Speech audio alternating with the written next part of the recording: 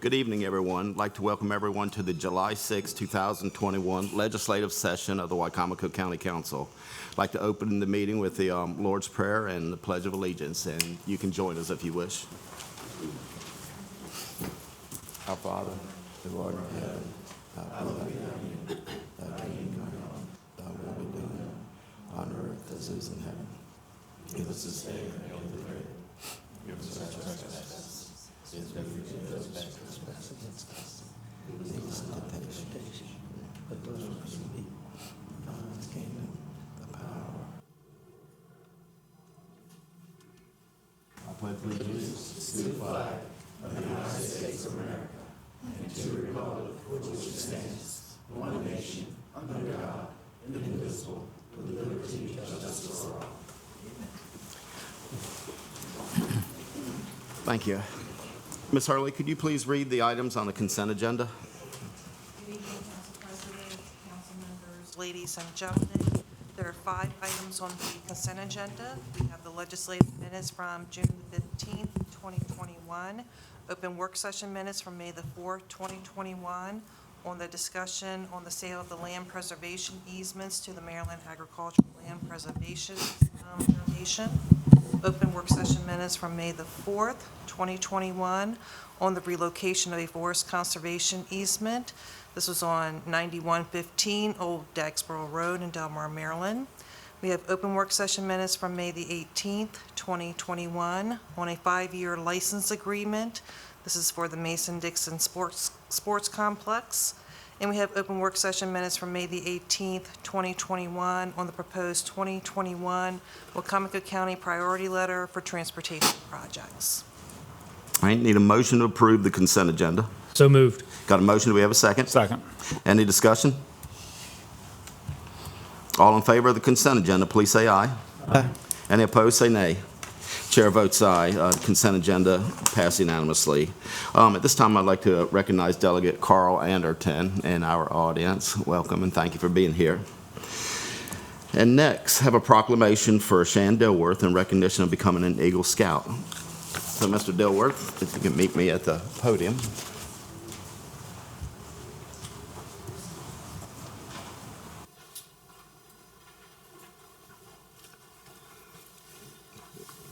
Sean, by the way. Sean. Welcome. Thank you. All right. That's a big task, becoming an Eagle Scout. This proclamation for Sean Dilworth, Eagle Scout. Whereas Sean Dilworth has earned the rank of Eagle Scout, the highest rank in scouting, which represents accomplishments in leadership, exceptional commitment to community, and an understanding of the Scout oath and law. And whereas the rank of Eagle Scout is an honor in which we recognize Sean's diligent work and celebrate the foundation he has created for a lifetime of active citizenship. And whereas the Boy Scouts of America encourages Eagle Scout candidates to complete worthy projects to improve their neighborhoods, community, and region, and Sean has devoted endless hours fulfilling the many requirements for the advancement of the rank of Eagle Scout. Now, therefore, the Wicomico County Council and the Acting County Executive hereby honor Sean Dilworth with his achievement of this prestigious rank of Eagle Scout and extend our sincere congratulations and best wishes for a successful future. Done the 6th day of July 2021 and signed by the Acting County Executive and all of the County Council members. So. Thank you very much.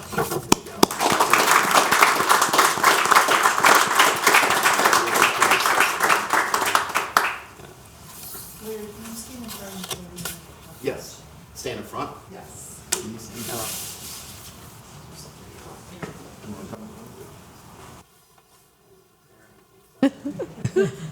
Stand for Thank pictures. you all for giving me this great honor to come here and receive this recognition. I really appreciate it.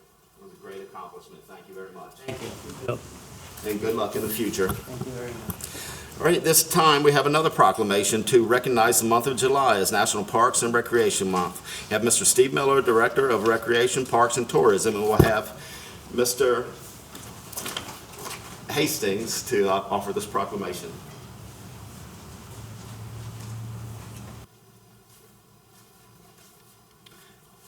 Good to see you all tonight.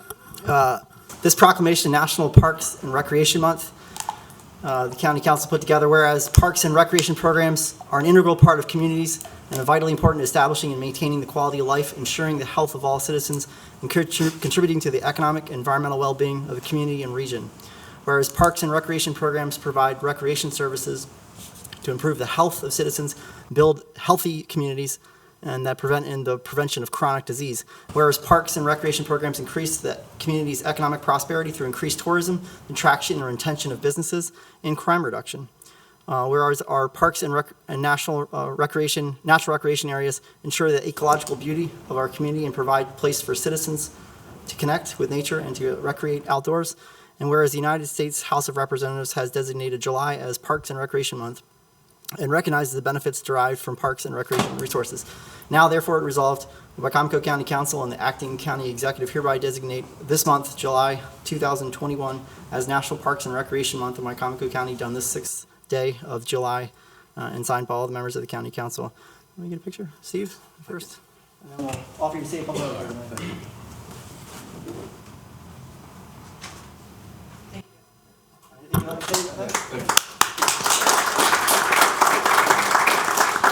Yeah, I just want to thank the members of the council for recognizing National Park Recreation Parks Month. We're very proud of our park system in the county. We feel very blessed with what we have in the county, and we're very excited about the many opportunities that lie before us, and we look forward to working with the council and appreciate your support. Thank you. Thank you. Thank you, Mr. Miller and Mr. Hastings. Ms. Harley? The first item on the agenda is Resolution Number 72-2021. This is authorizing the acting county executive to accept a grant award in the amount of $67,000 from the Federal Aviation Administration through the Airport Improvement Program to be utilized for costs related to conducting a pavement condition survey. And we have Mr. Tony Rudy here, Airport Manager, if there are any questions. Need a motion to approve Resolution Number 72-2021. So moved. Got a motion, and who was the second? I'll second. Got a motion and a second by Mr. Hastings. Any discussion? Any discussion? All in favor of Resolution Number 72-2021, please say aye. Aye. Any opposed, please say nay. No opposed, chair votes aye. Resolution Number 72-2021 passes unanimously. Ms. Harley? Next for your consideration is Resolution Number 73-2021. This is to engage independent legal counsel. Pursuant to Charter Section 304C, the council is authorized to engage the services of independent legal counsel to aid in its inquiries, investigations, or the drafting or codification of legislation. I need a motion to approve Resolution Number 73-2021. So moved. Got a motion, do we have a second? Second. Got a motion and a second. Any discussion? All in favor of Resolution Number 73-2021, please say aye. Aye. Any opposed, say nay. Chair votes aye. Resolution Number 73-2021 passes unanimously. Thank you. Ms. Harley? Next is a submission of an appointment to the Animal Appeals Board and 2 new appointments to the Wicomico County Public Library Board of Trustees.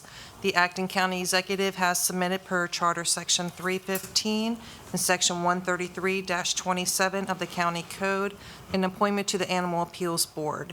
This board makes advisory recommendations regarding changes, implementation, and administration of the animal control laws of the county, as well as the schedule of fines. They also hear and decide appeals made by the Animal Control Authority concerning the classification of an animal as potentially dangerous or dangerous. Per Charter Section 315, the acting county executive has also submitted 2 appointments to the Board of Library Trustees. The Library Board of Trustees manages and oversees the library for the good and welfare of the citizens of Wicomico County. Mrs. Hurley, will you please read the items on the consent agenda for the boards and commissions? Resolution number 74-2021 is confirming the appointment of David L. Snyder as the alternate member to the Animal Appeals Board. Resolution number 75-2021 is confirming the appointment of Brian K. Bergen Aron, Ph.D., as a member to the Wicomico Public Library Board of Trustees. And resolution number 76-2021 is confirming the appointment of Ms. Vera Yaya as a member of the Wicomico Public Library Board of Trustees. I need a motion to approve the consent agenda. So moved. Got a motion, do we have a second? Second. Got a motion and a second by Mr. Davis. Any discussion? All in favor of the consent agenda, please say aye. Aye. Any opposed, say nay. Chair votes aye. Consent agenda passed unanimously. Ms. Hurley. Next is Resolution Number 77-2021.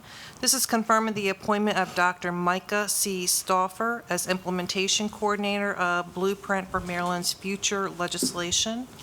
And I believe Mr. John Pasota, our Acting County Executive, is here if there are any questions. Okay. Need a motion to approve Resolution Number 77-2021. So moved. Got a motion. Do we have a second? Second. Got a motion and a second. Any discussion? All in favor of Resolution Number 77-2021, please say aye. Aye. Any opposed, say nay. Chair votes aye. Resolution Number 77-2021 passed unanimously. Okay, at this time, we're going to open the floor to public comments. Please limit all public comments to 3 minutes or less. Any presented materials may be submitted to council members. Please include 10 copies if you do so. No derogatory remarks, personal attacks, obscene language, or disruptive behavior such as shouting, stomping feet, and booing will not be permitted. So at this time, do we have any public comments? Two. Yes, sir. Go to the mic if you would, please. Good evening. My name is Charles White, and it is my honor and pleasure to serve as president of Salisbury University. Tonight, I'd like to speak just briefly in favor of the Horizon tax credit proposal that you will hear this evening.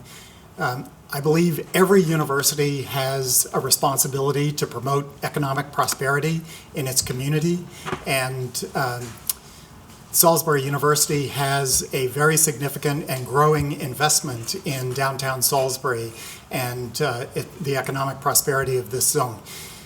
Dave and Patsy Rommel made an incredibly generous gift that allowed us to build an entrepreneurship center not far from here on Main Street. If you haven't seen it finished, I'd encourage you to call my office and we'd be delighted to take you on a tour. But another part of economic prosperity is providing incentives for businesses to expand activity, to build apartments and hotels. And I believe this proposal will help the economic health of our county and our city. So with that, I would just simply ask each of you and all of you for your approval of this proposal tonight. Thank you. Thank you, Mr. White. Do we have any more public comments? Yes, sir. If you would go to the mic and state your name and your county.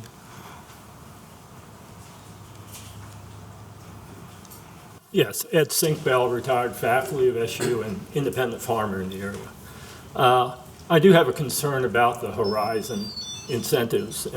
One, I do believe it's unfair because it taxpaying, as a taxpaying citizen of Wicomico County, it's unfair to give tax incentives to large groups like that, where I believe that the average citizen in Wicomico County is going to end up paying for it in the long run. It's unfair to other hotel and apartment buildings already in existence. I know I guess it's called the Orchards, I don't believe has any type of incentives that I'm aware of, and I think that's unfair. In speaking to small businesses who have struggled over especially the last couple of years, they have not been able to get any incentives, and I just think it's unfair as a tax incentive to specific groups. With respect to economic development, I'm all for economic development, but more people, more buildings does mean more upgraded infrastructure. So who's paying for the increase in the roads, the sewers, the water systems, et cetera? More expenses with less taxes, I feel, coming in, because that is a large amount of taxes that could be provided to Wicomico County. As I read from the Ross Group, they are targeting investors who want to make 15% on their money. Well, if they can provide 15% on their money, I don't think they need a tax incentive. I mean, it just seems to me unfair. They're going to be making more money from it. If they can pay 15%, they can certainly pay taxes. to support Wicomico County. In my brief discussions, and these is by no means conclusive, I understand that there is still some housing, at least presently, at Salisbury University for students and at the Orchards. I've not done a study of it completely, but I am concerned about the apartments for students bringing in money to the Wicomico County. Thank you. Thank you, Dr. Sinkbill. Do you have any more public comments? Yes, sir. Would go to the podium, state your name and your county. Good afternoon, everyone. My name is Leonard Arvey. I'm a professor of finance in the Purdue School of Business. I'm a resident of Wicomico County since 2008, and I primarily teach investments and real estate. I'm here to convince you that the Horizon program is something that you should vote for, because if you look at the long-term prospect of infrastructure development that this program would benefit, it enhances the tax base. It does not actually reduce the tax base of the county. The county does not subsidize any developers. You are creating infrastructure that adds value. When the value goes up, the tax base goes up, and therefore your tax revenue will increase over the long term. We shouldn't narrowly look at just the project itself, because it's a good cycle when infrastructure comes up, more residents stay here, more businesses will open up. There's a spillover effect that actually affects all such projects, and there are numerous examples all over the country. If you look at successful programs, whether it's Indiana, Kentucky, Illinois, Perryville in Maryland, Princess George's County, very successful. An incentive like this will enhance more institutional dollars flowing into our economy, which we badly need. And if you allow and then encourage high density development, that would preserve the natural resources which we are all proud to enjoy in this area. So encouraging development, a high density, a city oriented development with more pedestrian friendly biking infrastructure close to the university would enhance the quality of life for all its residents. So in no way a program like this would actually subsidize any few builders, anything like that. That's not true. So with that, I would encourage you to think for the long term for the residents. I'm originally from India. I'm a proud US citizen. Both my children are born in Salisbury, and I care about this county and this city. And therefore, I encourage you to vote in favor of the Horizon program. Thank you. Thank you very much. Yes, sir. If you would go to the podium and state your name and county. My name is Brett Davis. I'm in Davis Strategic Development. We do a lot of projects downtown. Similar to Dr. Arvey, I have vested interest, so I'm not going to try and persuade you one way or the other. What I would like to talk about is the mechanics of it. I think the program overall is a great benefit. One of the things I was hoping to ask and see if you guys can work into these logistics overall with the goal of passing it. My concern is related to projects right around $10 million. If you read the way this is structured, it requires that the tax assessment go up by $10 million, and one of my biggest concerns is that we're preparing to do an $11 million project, and if it is assessed at $9 million, then this program completely misses me and helps no one, or no one in our situation. I'm also here with another developer who we are also in talks with of doing a very similar size project. This would be a game changer for our projects, but if the mechanics are not done properly, for instance, what I'm getting at is you do not currently have a proposed system to predetermine what new construction is assessed at, or at least no one in the county building has been able to provide me with that. So for the Ross project, it's obviously way above 10 million. It will not be a negative impact to them. But my concern is, one, are we going to be assessing these things at a dollar for dollar value based on construction cost? Because in which case, none of these projects will ever make sense.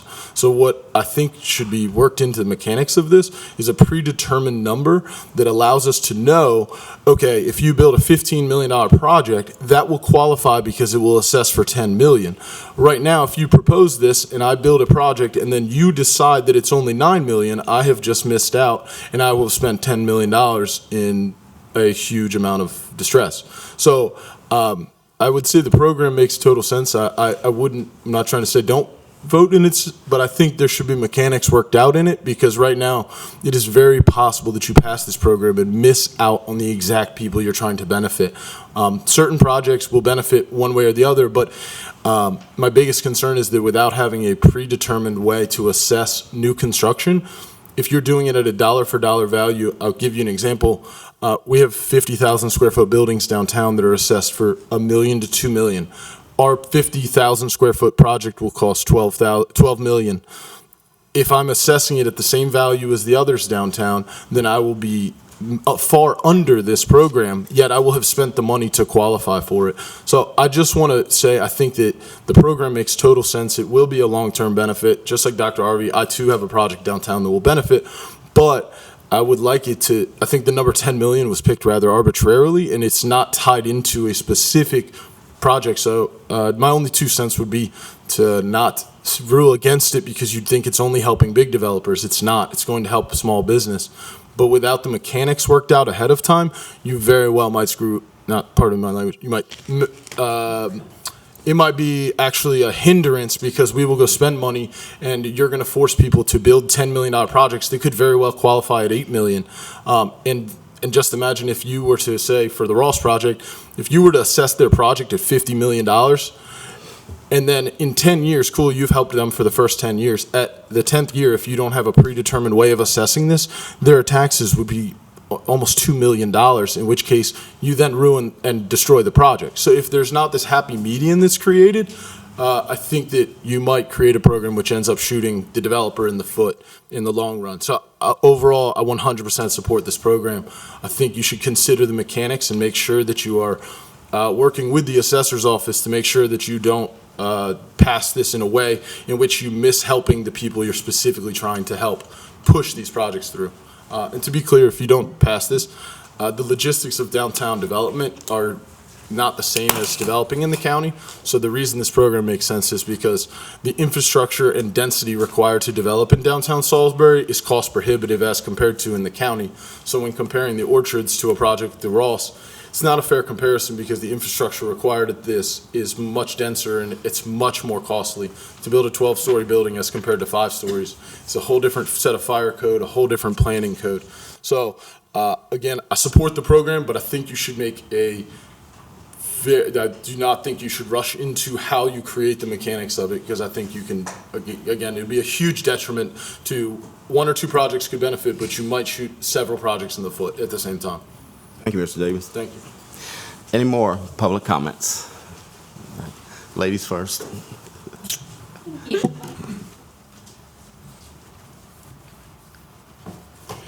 Good evening. I'm Joan Smith, Wicomico County resident, taxpayer, and president of the Wicomico County Education Association, WCEA.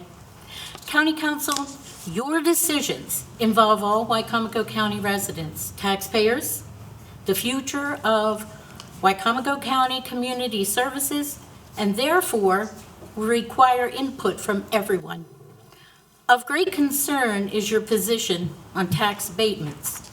There is reliable data, evidence that shows tax abatements are detrimental to school districts and to continuing local services of fire and police departments, which receive a large portion of their funding from local property taxes.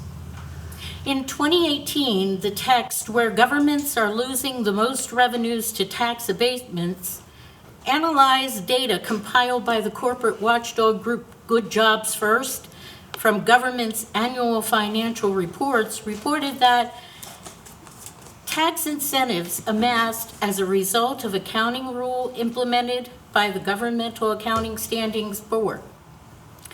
Their findings, simply put, as documented by localities across the country, communities, and I quote, "communities lose revenue due to tax breaks."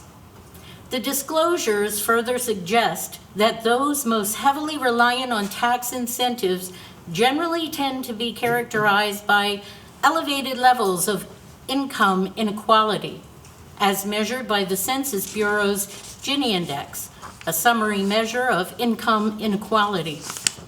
Research has identified several reasons why spending large sums of money on tax incentives could worsen inequality. According to the research, incentives frequently are, quote, primarily utilized in cities, central business districts, rather than to uplift disadvantaged communities, thereby worsening inequality. Wicomico County already offers incentives for business to locate within our communities. On the Wicomico County Council webpage for Salisbury Wicomico Economic Development, SWED, discounts, financing including loans, bonds, and ventures into capital investments already abound. Here are a few. Quote, business locating within an enterprise zone may be eligible for real property and state income tax credits. The zone offers a 10-year credit against local real property taxes. Credit is 80% the first 5 years and decreases annually to the 10th and final year. The zone also offers a one-time $1,000 credit per new worker on state income taxes. Financing. We welcome the opportunity to explore our resources for the capital that you need, including loans, loan guarantees, equity participation, bond insurance, and venture capital investments. We'll locate the capital required and under the terms and conditions that best meet your needs. SWED works with both public and private partners in securing financing.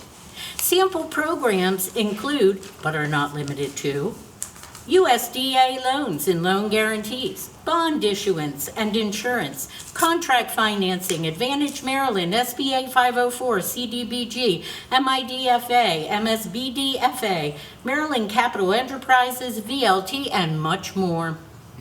Opportunity Zone. Opportunity zones encourage long-term investments in selected areas of communities and can offer innovative financing options through opportunity funds. One Maryland tax credit. Business that invest in an economic development project in Wicomico County and create new full-time jobs may qualify for up to $5 million in state income tax credits. Refundable tax credits, effective on July 1st, unquote, 2018. New and existing manufacturers in Wicomico County are eligible for a refundable state income tax credit of 5.75% of wage per new position for the creation of 5 or more new jobs under the More Jobs for Marylanders Act. The 10-year program requires application, certification, and an accompanying training or post-secondary education program. Now, from how much in tax dollars have Wicomico County residents not benefited? Yet, I have heard councilmen say that Wicomico County has the largest rainy day fund in the state of Maryland. Still, funding for our schools is dissected and critically reviewed by this same body who in your strategic plan have placed high priority on education, specifically recruiting and retaining educators. In what ways and how much tax money has the county gained through the years by naming areas of the county for which special discounts and credits are available? Where are those statistics and numbers viewable? Before we jump to gamble a new transaction, please share with the county the great benefits gleaned from existing healthy lists of business benefits for those who locate in Wicomico County. How have they increased funding for our community, funding for our schools? I'm not an unreasonable person. I am simply asking for the facts, not a rosy presentation of promises. Through the years, in speaking of our public schools, some of you have mentioned state disparity grants designed to help poorer jurisdictions pay for adequate schooling. Disparity grants are determined in part based on the assessable property tax base. So, with the abatements, am I hearing that Wicomico's assessable tax base raises, but not the property taxes available to support our growing schools? Something's wrong with that picture. What resource allocation measure is used for teacher recruitment and retention? While far from the county's only concern, The direction for recruiting and retaining educators who will join Wicomico County Public Schools workforce and continue with Wicomico County Public Schools workforce is at a critical juncture. Arguably, Wicomico County Public Schools and other Wicomico County services, given the proposed tax abatements, will be out hundreds of millions of dollars in the coming decades. Does the company seeking tax abatements that will arguably deprive the county of income it had or would have had without providing subsidies really need them? Where are your priorities? Economic development goals must be equitable and balanced for the financial sustainability and funding of Wicomico and Wicomico County Public Schools. In consideration of the information available, suggesting possible ominous outcomes of tax abatements on community services, including but not limited to fire departments, police departments, libraries, the education systems in Wicomico County, and so much more, the Wicomico County Council must hold a series of informational meetings and then public hearings across the county to allow our residents who are directly affected by tax abatements to consider and speak to the issues before this endeavor continues. Thank you. Thank you, Ms. Smith. Do we have any more public comments? Delegate Anderton?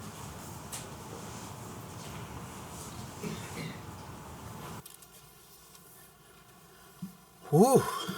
All right. Carl Anderson, Jr., Maryland State Delegate. I'm blessed to represent Wicomico County and Annapolis, and I'm a resident of Del Mar. Seems like you're all going to have some fun. So I'm really excited to watch this happen from the audience and not from behind the desk, as we do in Annapolis. I'm hopeful. Ever since we've come home from Annapolis, from session, we've heard conflicting stories about what this proposal will do and what it won't do. So I'm looking forward to having the truth come out as to what it does affect, what it doesn't affect. Will taxes rise? Will they decrease? And where we go from here. So I trust that you will get down to the bottom of the issue and have it all laid out plain to see for everybody in this county to feel comfortable in the votes that are made on this legislation moving forward. Speaking of things that may be inaccurate or accurate, I do want to correct one thing. I heard a mention of the disparity grant earlier being assessed to property taxes. I was the author of that bill in Annapolis, very blessed to be successful with that. That bill is entirely based off of income tax rates, not property tax rates at all for the disparity grant funding. So I look forward to the discussion, and I have full faith in this council to do the right thing on behalf of the county moving forward and setting us in a position to be prudent with our tax dollars, yet all the while allowing businesses to grow and expand and residential growth as well as we compete with Sussex County, Delaware, and Worcester County, Maryland, as you see fit. The other thing I did want to touch on briefly, and I know Mr. Holloway, Councilman Holloway will be surprised to hear me say this, but I fully support his idea on the countywide tax property tax credit for citizens across the county. Being a fiscal conservative, anytime we can reduce the tax burden on anybody, I'm going to support it 100%. The feasibility of it or not is up to you, but I would love to see the opportunity to lessen the tax burden on the ratepayers in this county and any level. So again, I appreciate you for your time, for letting me come up here and say a few words with y'all. I look forward to sitting back there and seeing the presentation and the work session that comes forward, and I trust your decision. Thank you, Delegate. Do we have any more public comments? Yes, ma'am. State your name and county. Good afternoon, Council. I'm Laura Soper, Wicomico County resident. I'm also Director of Business Development for the City of Salisbury. And what I have here is 2 letters from business owners who were unable to make it to the meeting, so I was hoping to read those. The first letter is from Constance Melvin. She's the owner of the Mud Hut in downtown Salisbury. Dear County Council, I am writing in support of the county creating a Horizon Tax Incentive Program. As the owner of the Mud Hut in downtown Salisbury, I would love to see more beds and heads in the core of our city. Downtown has come a long way over the last few years, but I truly think this program will be the catalyst for the success for the county as a whole. The increased economic activity of these downtown residents shopping, eating, and having fun in downtown would be a massive win for our region. Additionally, as I understand it, the taxes would be phased in over time, and the properties would be fully taxable within 20 years, bringing additional tax revenue to the city and county where none existed before. Please support this program and play a huge role in supporting your locally owned business. Thank you for your consideration, Constance the Mud Hud. My second letter is from Sandy Angelo, owner of Angelo's, and she says, "Dear council members, I am writing today to lend my strong support for creating a Wicomico County Horizon Tax Incentive Program for the downtown Salisbury area, similar in concept to one passed last week by the Salisbury City Council. Specifically, as a downtown Salisbury business owner, I believe that offering tax incentives to developers, investors who are ready to bring residential and/or hotel properties to our downtown area is critical. I have watched with excitement as proposed residential developments in downtown Salisbury have been discussed in recent years. For those of us who have invested in the heart of our county's core, bringing more residential development to downtown can only help. There is no better time than now for this program. As I understand the proposal, this Horizon tax incentive concept will only apply on projects that are larger than $10 million in value.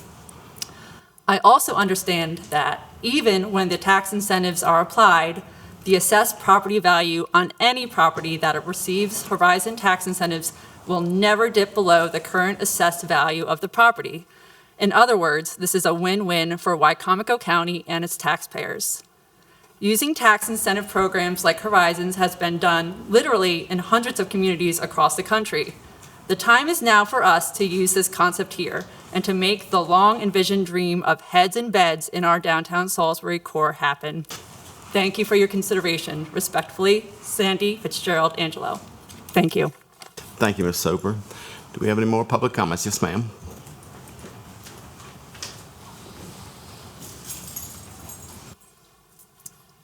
Hi, good evening.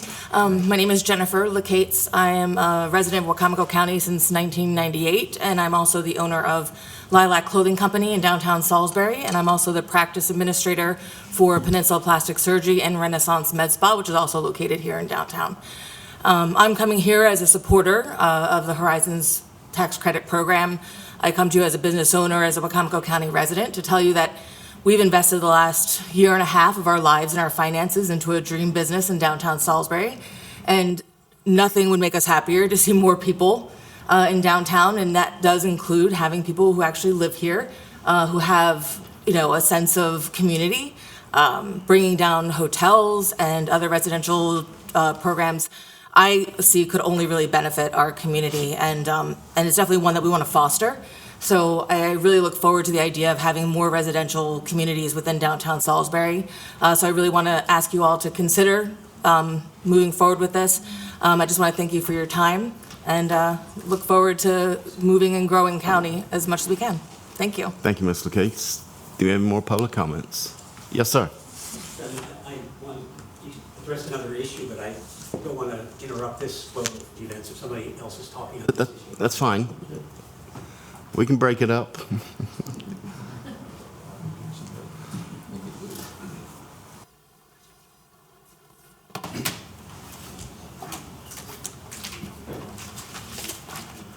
Good evening, Mr. President.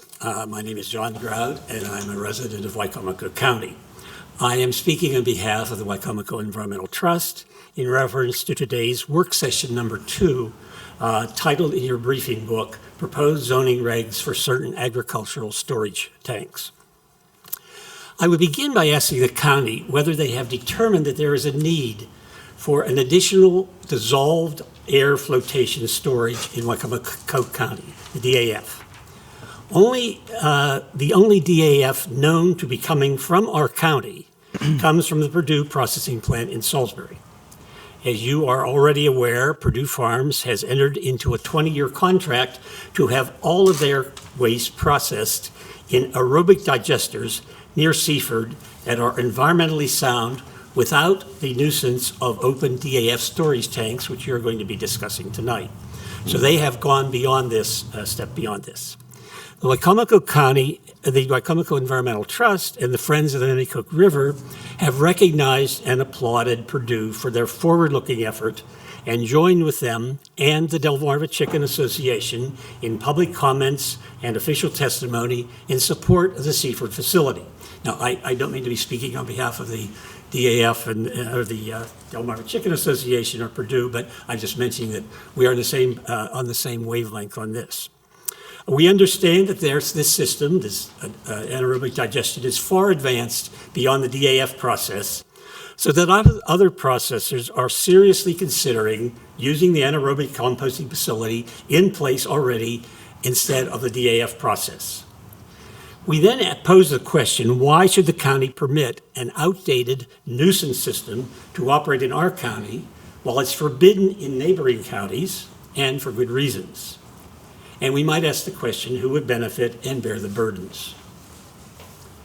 The staff of Planning and Zoning stated rationale for permitting the existing tank, and there is one in the county, and proposing to allow other tanks in agricultural and village districts is that the tanks are agricultural because they will eventually be applied to the owner's farmland. But the one on Porter Mill Road, we have enormous amounts of stored, horrendous-smelling DAF waste being trucked in by the Denali National Waste Management Company and others from at least 4 states and other counties of Maryland. Remember, the only one that is using this now was Purdue, and they've stopped, so it's coming from outside. It's stored for extended periods near some 50 residences. Tanker trucks have been observed transporting it to other destinations, even outside the county after it's been stored. This storage tank is not a local farming operation, but rather a large regional commercial operation claiming to be farming and using its benefits. Again, who bears the burdens? But a far larger question needs to be addressed. By classifying as agricultural, any use even remotely connected with agriculture has opened a bag of worms. If passed, it seems to me that a large open-top tank emitting horrendous odors could be placed, as they're talking about, in a residential area and filled to the brim for months with rotting organic waste from all over the mid-Atlantic, not from Wicomico. This is a novel interpretation of agricultural zoning, and it creates risks for both the county's residents and for our agricultural industry. Now, this may appear outlandish, but already a sandblasting operation, has been approved as agricultural in our county by the zoning officials in what was considered located in one that is considered one of the most protected, restricted areas. Using this same reasoning, it's ruled, the zoning board, not the board, but the staff, ruled that by occasionally sandblasting paint from a farm tractor, it qualified as agricultural, even though mostly non-agricultural vehicles, buses, large pieces of non-agricultural equipment are the primary objects blasted. All of this, by the way, is occurring only a few feet from ditches and streams feeding into the Wicomico River in what is supposed to be a highly protected area. My final question is, as you consider this legislation, why are you looking for a problem when you already have a solution? The anaerobic digester is already operating, has already solved the problem. The proposed zoning change raises serious questions and will create serious problems that are not really needed. Thanks. Thank you, Mr. Grout. Do you have any more comments? Yes, sir.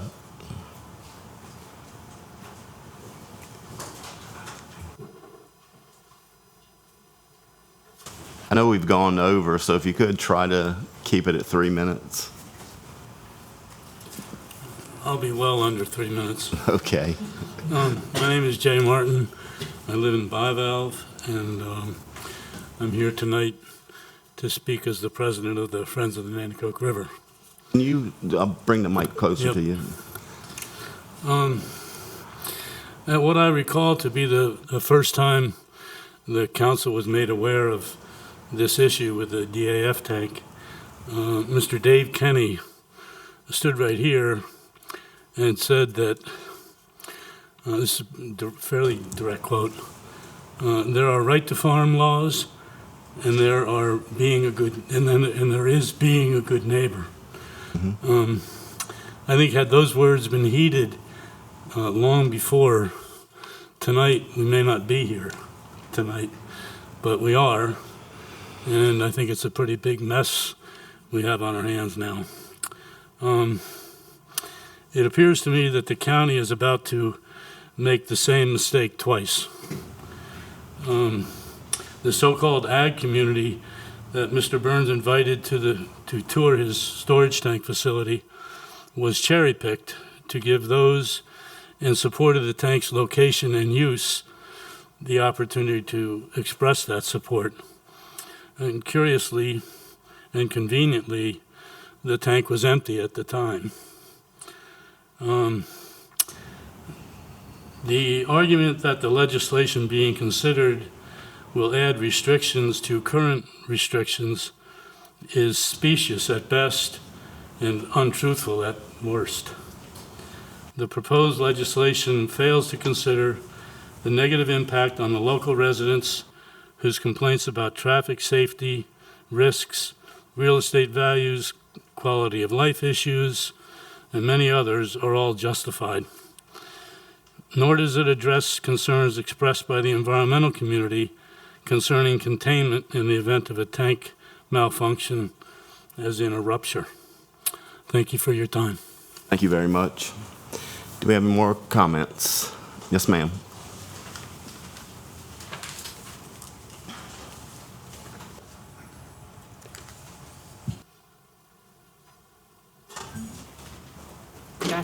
Good evening. Good evening.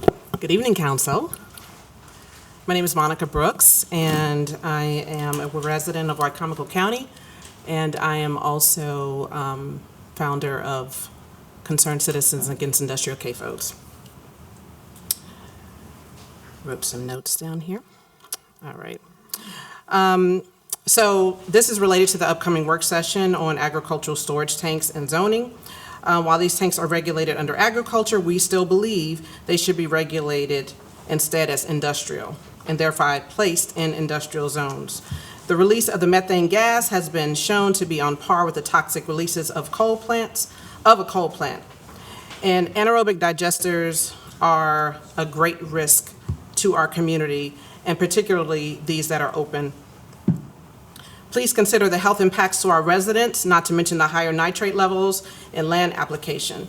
I noted under our right to farm, section 186-4, it reads, a private action may not be sustained with respect to an agricultural operation conducted on agricultural land on the grounds that the agricultural operation interferes or has interfered with the use or enjoyment of property, whether public or private, if the agricultural operation was, at the time the interference is alleged to arise, conducted substantially in accordance with generally accepted agricultural management practices. The vagueness of the term generally accepted agricultural practices leaves us far too open to interpretation and should be further considered as it relates to zoning. This is industrial and not agricultural. This is not being utilized by local businesses and serves as an invitation of other states to turn our beautiful lands in Wicomico County to a toxic waste dump. This happened not that long ago, something similarly where we had a dumping ground right here off of Naylor Mill Road a couple of decades ago. People from other states were dumping all this toxic stuff right here on Naylor Mill Road, and nobody was doing anything about it. We don't want our county to become that place again. Just the residents alone currently being plagued by this digester in the Porter Mill Road have shared their tragic stories of sickening smells, health, and welfare issues. We need to take consideration of the residents of this county and protect them accordingly. Why would we invite others to come and turn our lands into a toxic waste dump? We also need to consider the fact that we need to have substantial amount of, we've not shown that thus far, of where zoning has necessarily gone and looked at the property, has to continue to keep an eye on things and to see what's going on with it. So once this happens, then after that, who's going to be the one to look at it? Who specifically is going to ensure that these things that are coming to town are not polluting our air, are not polluting our land, are not creating problems? That has been a history. It's not that long ago where in fighting the 13 CAFOs that the county was going to allow to come to our area, where that particular situation, it was not being considered, about the residents in that area were not being considered where that was concerned, and setbacks and things like that. So here we are again with yet another opportunity for our lands to be destroyed. So I really encourage the county to really look at this seriously in the greater good. This is not something that we're utilizing as a county, but we're inviting people to destroy us from the outside. Thank you. Thank you, Ms. Brooks. Do we have any more comments? Yes, ma'am.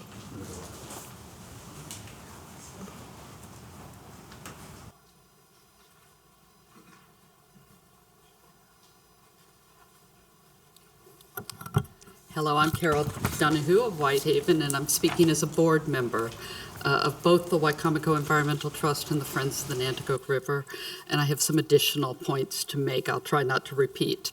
I've furnished written copies because I'll have to talk fast, I guess. We're here really to urge the council to proceed with caution in considering this proposed legislation. We understand that planning and zoning is asking you to support legislation that would actually expand the categories of zoning districts in which landowners may build and use storage tanks, like the one on Porter Mill Road. Both Mr. Wilbur and Ms. Carter acknowledged this in the last work session, that A1 agricultural and village conservation districts would be added to the industrial zones where such tanks are currently permitted. The question before you tonight is not about the existing tank, but about what the county's policy should be for the future. And that's an issue on which we believe the council should take the lead. The suggested approach raises numerous questions that we urge you to consider before you endorse it. I'll touch briefly on three of them. First, why would the county want to respond to the serious concerns that have been raised about the Porter Mill Road tank by expanding the zoning districts in which these tanks may be used? We appreciate that a special exception procedure is apparently being suggested, but the county has, for some 2 decades, very wisely limited special exception uses in our agricultural zone. There are issues that setback, acreage, tank size provisions cannot address. The issues and risks that the tank has created are serious, and why would we want this to be the response? Second, has the county fully reviewed the operations of the tank on Porter Mill Road? As you know, there have been numerous zoning, public safety, environmental compliance issues raised under penalties of perjury and court filings by our groups, by the neighbors and others. Neighbors have been told that planning and zoning didn't visit the site before it was approved, doesn't regulate the content of tanks like this, or even their operation once the structures are approved, and has no role in addressing traffic concerns. The state reportedly views this as a county zoning matter. So our question is, if no one is able or willing to ensure compliance with the law and address safety and quality of life issues, why would the county want to make it easier for more tanks to be built next to more homes? The third question is is the council satisfied that the best practices developed by other jurisdictions in the region have been considered in developing the proposed legislation? The proposed approach diverges in major ways from the interpretation in Dorchester County of very similar language. Talbot County imposes numerous restrictions on DAF storage, even in industrial zones. Sussex County apparently prohibits it entirely. Of course, Wicomico County sets its own policy, but again, I share the concern that if we create a loophole that makes the county a regional destination for this waste, the council should be aware of that and fully evaluate the burdens imposed on county residents. We know you want to do the right thing for county residents. You've spent a lot of time on this issue. But the proposed approach, in our view, would provide residents throughout the county and our environment less rather than more protection by legislatively blessing what planning and zoning has done already on Porter Mill Road. And it would not address any of the numerous concerns that have been created. Thank you for your... Thank you, Ms. Donahue. And do we have any more public comments? This has got two at the door. Go ahead, state your name and your county of residence. Rob Walford. Live in Wicomico County and have businesses in Salisbury and Wicomico County. I kind of just wanted to come. She lowered Sorry. it. That's fine. Just kind of wanted to come quickly tonight on a different kind of perspective of just trying to say that I started my business in 2001, so 20 years in downtown. And I kind of, when I did it, was very defensive when I was younger and kind of didn't want things to go through. And I guess I should back up because kind of got two things going on. I'm talking on the tax incentive plan. So I was stubborn and spearheaded and didn't want other people to get things because I was kind of working really hard to do my own thing. But after you grow and you've watched what's happened in Wicomico County and especially in Salisbury, you kind of take a different understanding. So I am for the tax incentive just because if somebody wants to spend that kind of money to bring something, I think that's very huge, and that's an incentive to do something instead of losing it to another town, which to be 10 years, 20 years, it goes by a lot faster than you think, and what can be had at the end of it is very huge. I know that by going to school at Salisbury University, there was a time when it was very defensive of, I worked for Bernie Bisciotti, who owns the Ravens, and he wanted to do something with the athletic fields. And at the time, the university, not speaking on their behalf, but they didn't want to, so that money went to University of Maryland. I think that money would have been used very well in this county, looking back.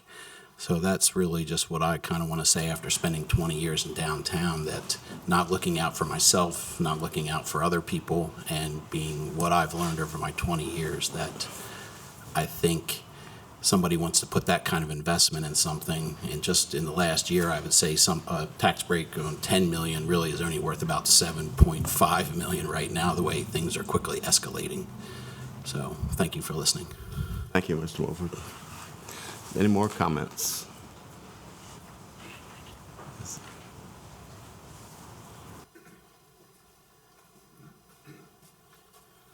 See if I get this height right. Bring it up just a little bit. There you go. I won't take much of your time up. I'm not particularly fond of public speaking, in part because I'm not very good at it, but I do feel like the tax incentive. Did you give your name? Yeah, I'm sorry, I was getting to it. Okay. It's Brad Mogan, I'm a resident of Wicomico County. I have a business in Salisbury and Wicomico County. But I'm here today to just show my support for the Horizon incentive. I think it's very important for the downtown area. But I think more than anything, I share the same sentiments as Mr. Mulford, who spoke previously. But On a different note, a lot of you are familiar with my family situation, and that, I moved here from living in a larger market in Charleston, South Carolina for the last 18 years, and then came home when my brother was diagnosed with ALS. And, we talked a lot during the process of opening up Mogan's Oyster House, and I was here quite frequently. And I saw the changes that have been made from, just even the last couple of years to the downtown area, and what that's done for us as Wicomico County and Salisbury residents. But I think the most impactful thing for me was how much my brother loved this community as a whole, and how much he cared about making it as special a place as possible, and making sure that all the amenities of different markets are available here. I think that will be something that will help to attract business, but also for the business owners that are in this downtown area who've taken the risk, who have put themselves through a lot over the last year and a half. This incentive will certainly help to bring more people, bring more foot traffic, and I think create more business opportunities and also employment. So I'm asking for your consideration, and thank you for your time. Thank you, Mr. Logan. Do we have any more public comments? Yes, sir. Go to the podium, state your name and your county.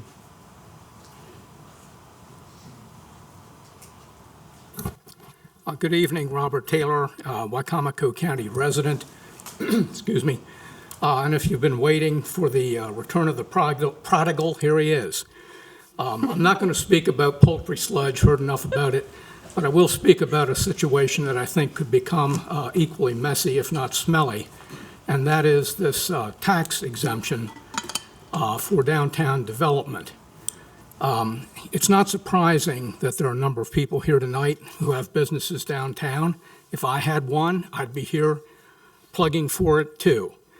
But let's look at the rest of the county, because it's a big county and most people don't have businesses in downtown Salisbury. In fact, many of them don't come here very often at all. I happen to, don't live very far away. But the point is that, and I'm addressing this, I don't think Mr. Anderton's still there, but he wanted to know. There he is in the middle. Oh, here he is, okay. He wanted to know what the effect might be. One effect we know that's going to be immediate is any development project that gets this tax exemption is going to automatically have a competitive advantage against any competing facility. And I'll give you an example that I'm personally familiar with, and that's the University Orchard student housing out on South Division Street, 648 beds.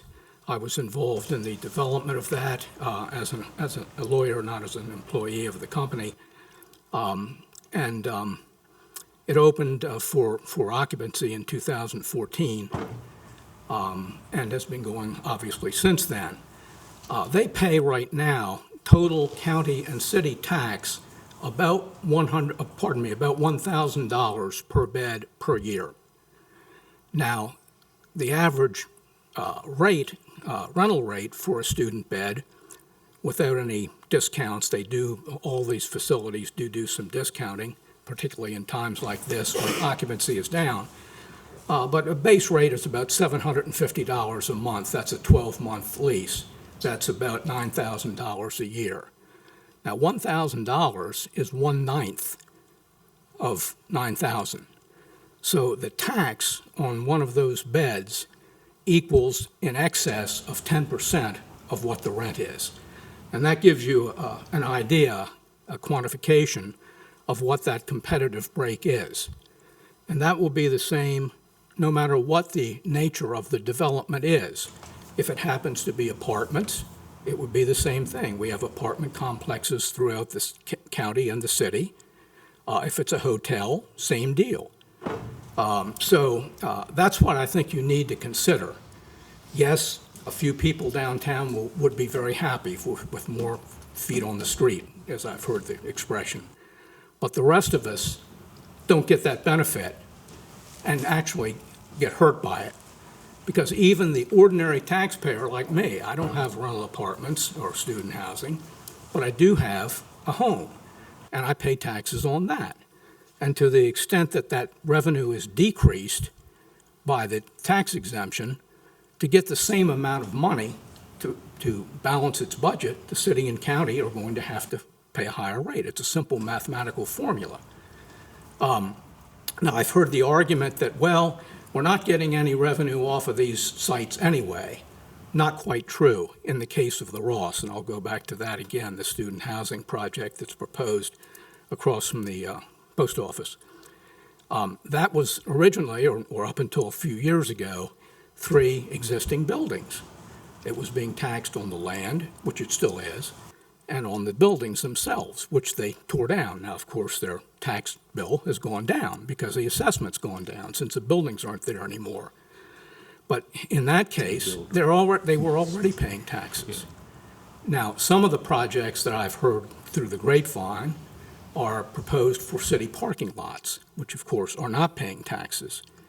Well, the fact of the matter is, if those projects that would go on those parking lots are built somewhere else, they'll still be increasing the tax base. And to give you an example, I mentioned the University Orchard. That's 25 acres of the old Hearn farm, more or less. There's another 25 acres there, an undeveloped part of the farm. It has these buildings that Hearn used for their produce business. They're still there, but that has recently been bought by a development group from Wilmington for residential development. They haven't decided whether it's going to be all student housing or not. Obviously, the Hearn buildings will be torn down as part of that development. Up by Parsons Lake, the residue of that came out of the Ruark bankruptcy. It was a sheriff's sale. That's now been bought from a development group in Wilmington. They just got a $27 million construction loan for 400-plus apartment units. The old Salisbury Mall site, that's somewhere between 75 and 80 acres across from the Civic Center. All those properties are equally available for residential development or mixed use or what have you. So the idea that somehow this is a boon because we're going to get tax money that we might not otherwise have gotten sometime in the distant future is really fatuous. Because if it doesn't happen here, it's going to happen somewhere else to the extent that there's demand for it. And that gets to the real core of the matter. Why hasn't there been residential development in downtown Salisbury for many years? The simple answer, I think any economist would tell you, and planner, there's no demand for it. So what the city has proposed, and now you all are considering, is, well, we'll incentivize, we'll subsidize it, because that's what the tax credit really is. Let's look at it this way. Let's assume this is a dollar bill, this paperclip. I'm a developer, I've got this dollar. My tax bill, if I paid my taxes and they weren't exempt, I'd pay it here. Okay, the city gives it back to me as a subsidy. Okay, I got the dollar again. That's the same thing with the exemption, except the dollar never moves over to the city or the county and back again. It just stays with the developer. So what you're doing is you're subsidizing development, and I know the proponents of this get their knickers in a twist when we say that. They want to say, no, we're incentivizing it. No, we're encouraging it. What you're doing is subsidizing it. And what would happen is, and this gets into some of my criticisms of the bill itself that's been proposed, is once a project is up and running, occupied, it doesn't need the subsidy anymore. So at that point, it should end. And if the property is sold, if the project is up and running and then it's sold, again, there's no further need for the subsidy. What happens is if the subsidy continues after the property is sold, let's say, for example, under the bill that's in the briefing book, let's say it's sold after 2 years, and the first 5 years of the tax exemption is an 80% exemption per year. So 2 years have gone by, they've paid 20% of their taxes for the first 2 years. The next 3 years after the property is sold, same deal, 20% for 3 years. Then it goes down in the next 5 years. I won't go through the math on this, But altogether, they're going to probably have about a 5-year worth of tax exemption remaining in the future after selling it at 2 years. Well, what happens is taxes are essentially an operating expense of a rental business or any real estate business. You don't pay your taxes, you're not going to operate because you're going to go to tax sale. So with that much future tax waiver, essentially the developer of the project, the original developer, can cash out that tax waiver in the form of a higher sales price. Because if you don't have to pay a certain amount of operating expense in the future, that increases the value of your property today. It's called, you'd reduce that amount to present day value. It's a simple math calculation. I'm sure as a professional appraiser, Mr. McCain is very familiar with it. That's what I think you need to look at. Some of these things, first of all, do you even want to do this? Is it fair to other parties that have competing facilities? University Orchard, there are a bunch of student housing facilities, anywhere from these larger ones like the one I've mentioned to various mom and pops. You have homeowners that are renting and others. And that's across the board, as I say. That's hotel, that's anything else. I'm sorry if I'm going on, but I really think you should look at that. And there's one other point I want to make. In this proposed bill, and I've mentioned this in the material I've sent you today, there's an item in there that seems to say that regulations under this exemption are going to be drawn up by the county. Now, it doesn't say who's going to draw those up or when or how. My suggestion is if you pass any legislation like this, all of the regulations should be in the bill. If you assign the job of passing regulations or adopting regulations to anyone other than the council, I think you run afoul of state law, which is to the effect that the council cannot delegate its legislative duties to anybody else, and that would include county employees of any level. So that's a particular point that's a legal aspect. I've mentioned some others that are policy. I'll conclude my remarks on that note, and I'm certainly glad to answer any questions that anybody has about anything I've said. Thank you, Mr. Taylor. Do we have any more public comments? Good evening. Good evening. How's everybody doing? Good. How are you? Good. My name is Brad Gillis. I'm a stakeholder of Wicomico County, taxpayer of Wicomico County. I'm here to give support to this bill for tax credits for the Horizons. So this is no simple matter at the end of the day, but the solution you're looking for is extremely simple, and that is to spur economic development in Wicomico County, plain and simple. This current bill, as proposed, does have flaws, but you have a great opportunity to perfect those flaws. The current bill allows for the supporting of infill development, specifically only in an area. You, as a county council, have a great opportunity of potentially expanding that area and broadening it, and then potentially addressing concerns that other citizens have been made you aware of, such as the competitive advantage or only benefiting one specific district. So this could be a bill where, by way of example, there are many apartment complexes that are inside of Wicomico County that could use additional capital improvements.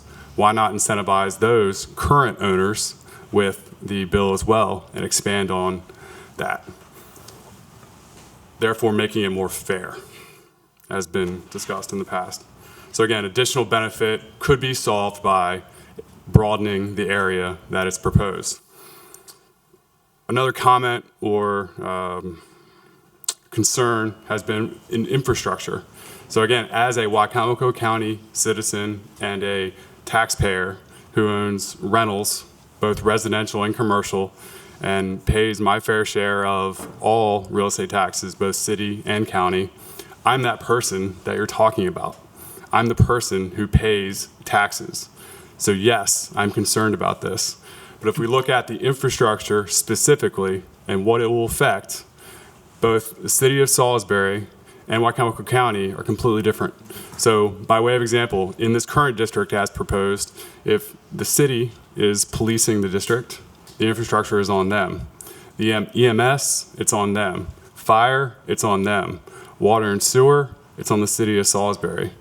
The infrastructure that's been discussed, which as a teacher's son, I feel very passionate about, is the Board of Education.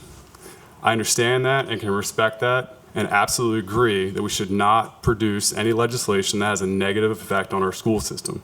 Our school system is by far our greatest economic development tool we have, and we honestly don't do a good job of using it. We can do a better job, but that's not what we're here today to discuss. So the effect associated with schools for this bill. The PAL building that we recently redeveloped, a few of the demographics, if you will, 20 apartments, 12 two-bedrooms, and 16 two-bedrooms, 4 one-bedrooms.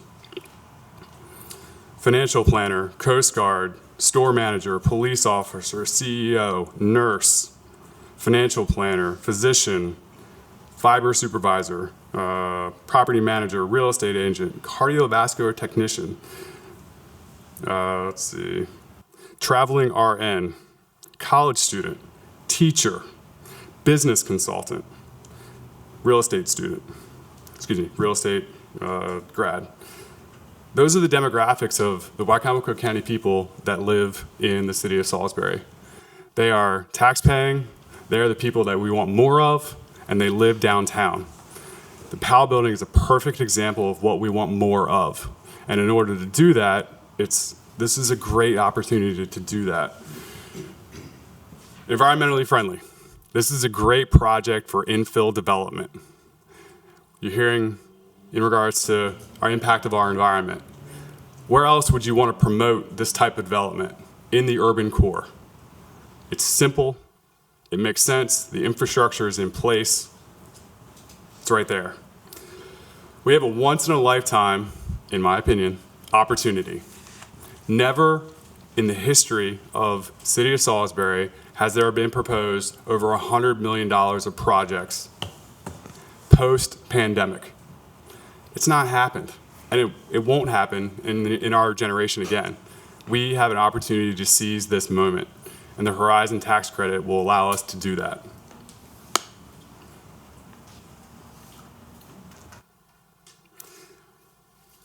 The effect on taxes.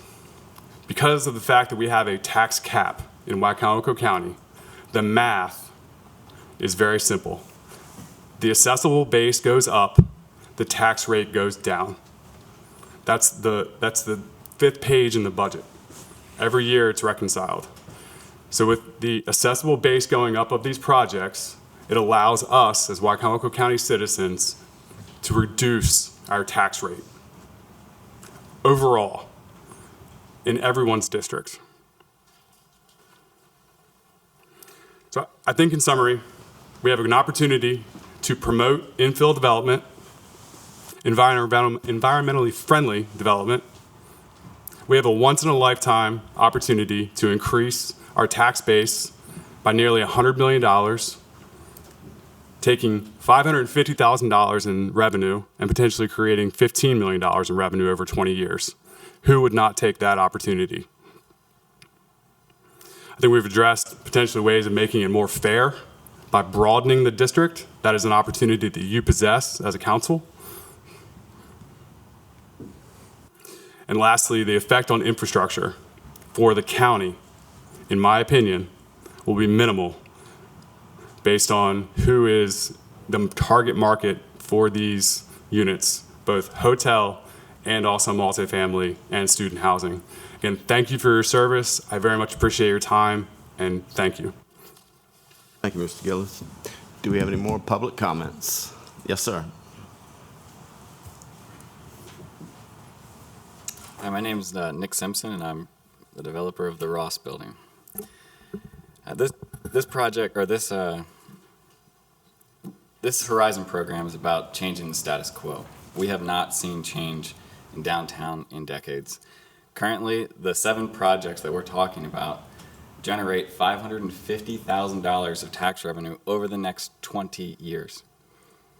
I want to point out that this is not about eliminating existing taxes. In fact, before I was heard that my taxes went down when we tore the buildings down. They went up on the land that's sitting there. Those taxes will be paid 100% in full on all of these properties. The enterprise zone was mentioned before.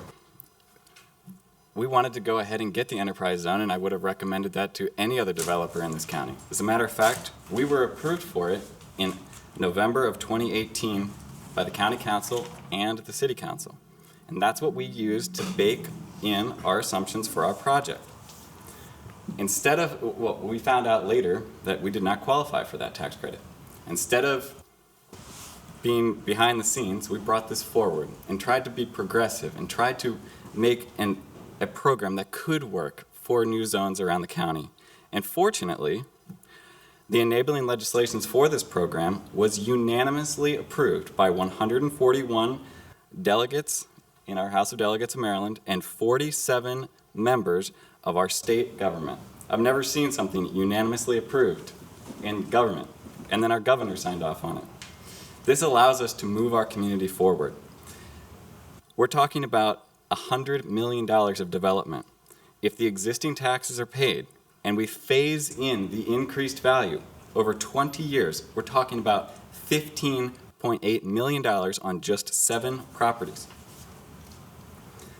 The city-owned properties, there's 5 of them. They currently produce $0. That's been the status quo for decades. We're talking about moving them on to the tax rolls. By just moving them from public to private ownership in the first year, we will increase the tax revenue by $42,600, just the first start. Then they will do the development and it will increase from there. This is done around the country.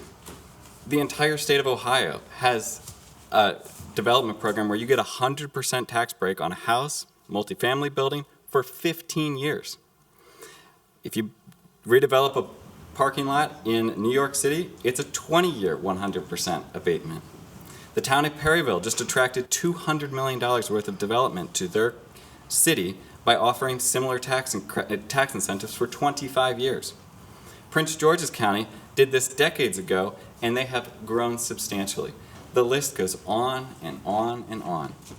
This is about changing who we are and building a vibrant downtown. This is major investment, and I just genuinely appreciate that this is being brought up today. I think that our community will be better served by it. We're not going to lose any of our existing tax revenue. There's many construction jobs that are on the line. There's lots of people who are ready to go to work to build that $100 million worth of infrastructure, and I look forward to helping build this community. Thank you for your consideration. Thank you, Mr. Simpson. Do we have any more public comments?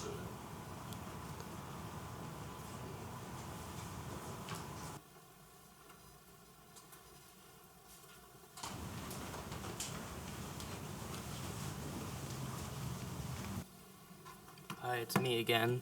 Hi. I didn't have anything prepared. I was just listening to all these people talk about taxes, and then I was like thinking to myself, like, you know, I have some ideals, so I just wanted to give some.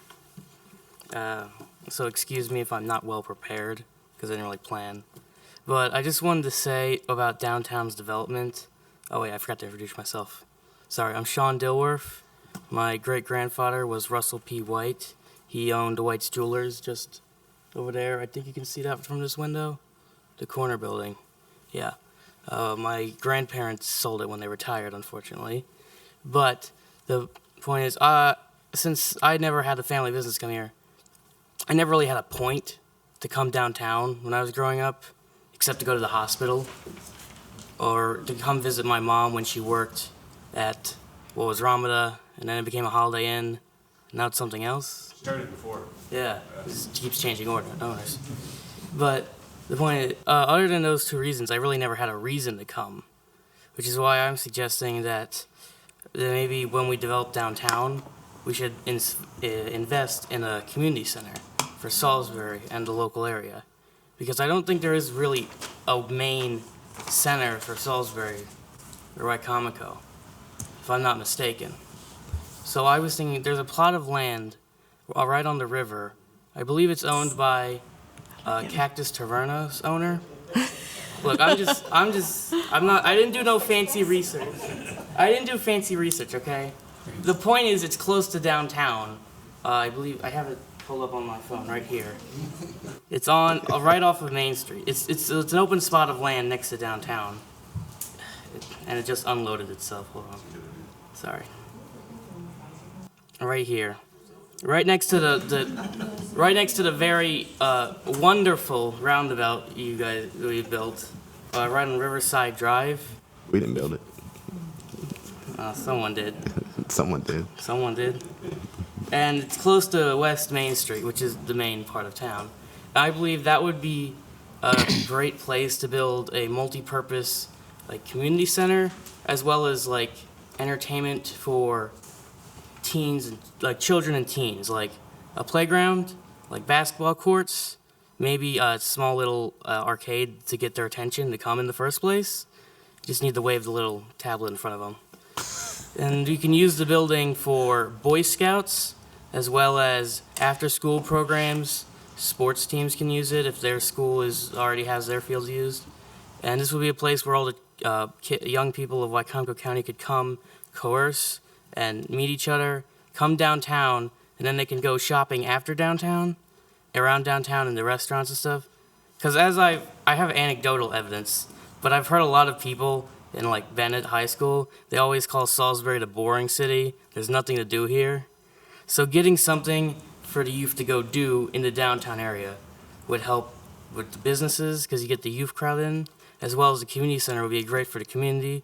They have events where Boy Scouts meet again. You can have Girl Scouts meet. I think there's still some Girl Scouts troops around Salisbury. I haven't seen them, but I have seen their cookies. It's taking our profits.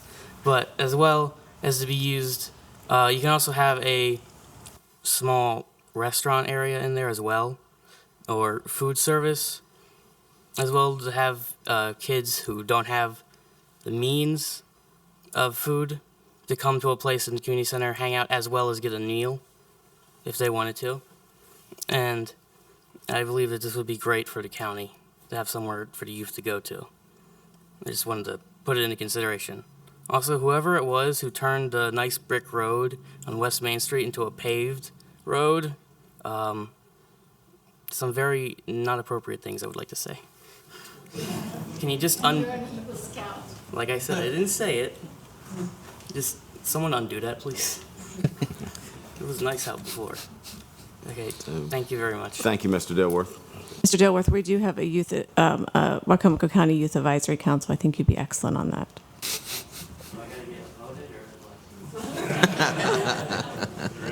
I am looking for a job. Do we have any more public comments? Any more public comments? Last chance. All right, council comments. Do we have council comments? Mr. Hastings. First, I want to say I'll be brief. I'll speak later. Mr. Dilworth, I think Mayor Day is around the corner.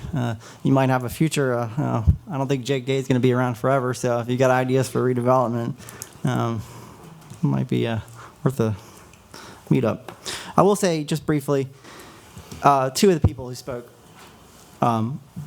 Brad Mogan came and spoke about his brother Denny helped put together Mogan's downtown. Denny was, I worked with him for many years at Marcus Street Inn for 6 years, actually. I was there. Denny served me my first legal drink all those years, 2003. So he'd really be, I think, impressed and surprised by where we were going. And I think, well, I don't think he'd be surprised. He knows where he put the energy in himself. But the magic that is happening in Salisbury continues, and I think we need it's incumbent upon us to keep that going. And also, I'll mention it was good to see Rob Mulford here 20 years ago when he was talking about starting Marcus Street Inn and later Mojo's. I was there, and I got to be able to see it from the beginning. to what it is now. So I'm very proud to witness that. That's all. Thank you. Any more council comments? Yeah, Mr. Holloway. I want to thank I'll push my button here. I want to thank everybody for coming in tonight. We've heard a lot of comments tonight, and we are going to have a work session on the Horizon Zone. But I'd like to address how we got to the Horizon Zone and how this happened for those that may not know that's watching on TV. The city came to the county council and asked the council to support 2 bills in the House and Senate. And there was a 4-3 vote to support those bills. And I want to read those bills. They're both the same, so I'll just read the one. For the purpose of authorizing the governing body of Wicomico County or the governing body of a municipal corporation in Wicomico County to grant a property tax credit against the county or municipal corporation property tax imposed on real property that is used for certain hotel or residential development projects. Remember that word, residential projects.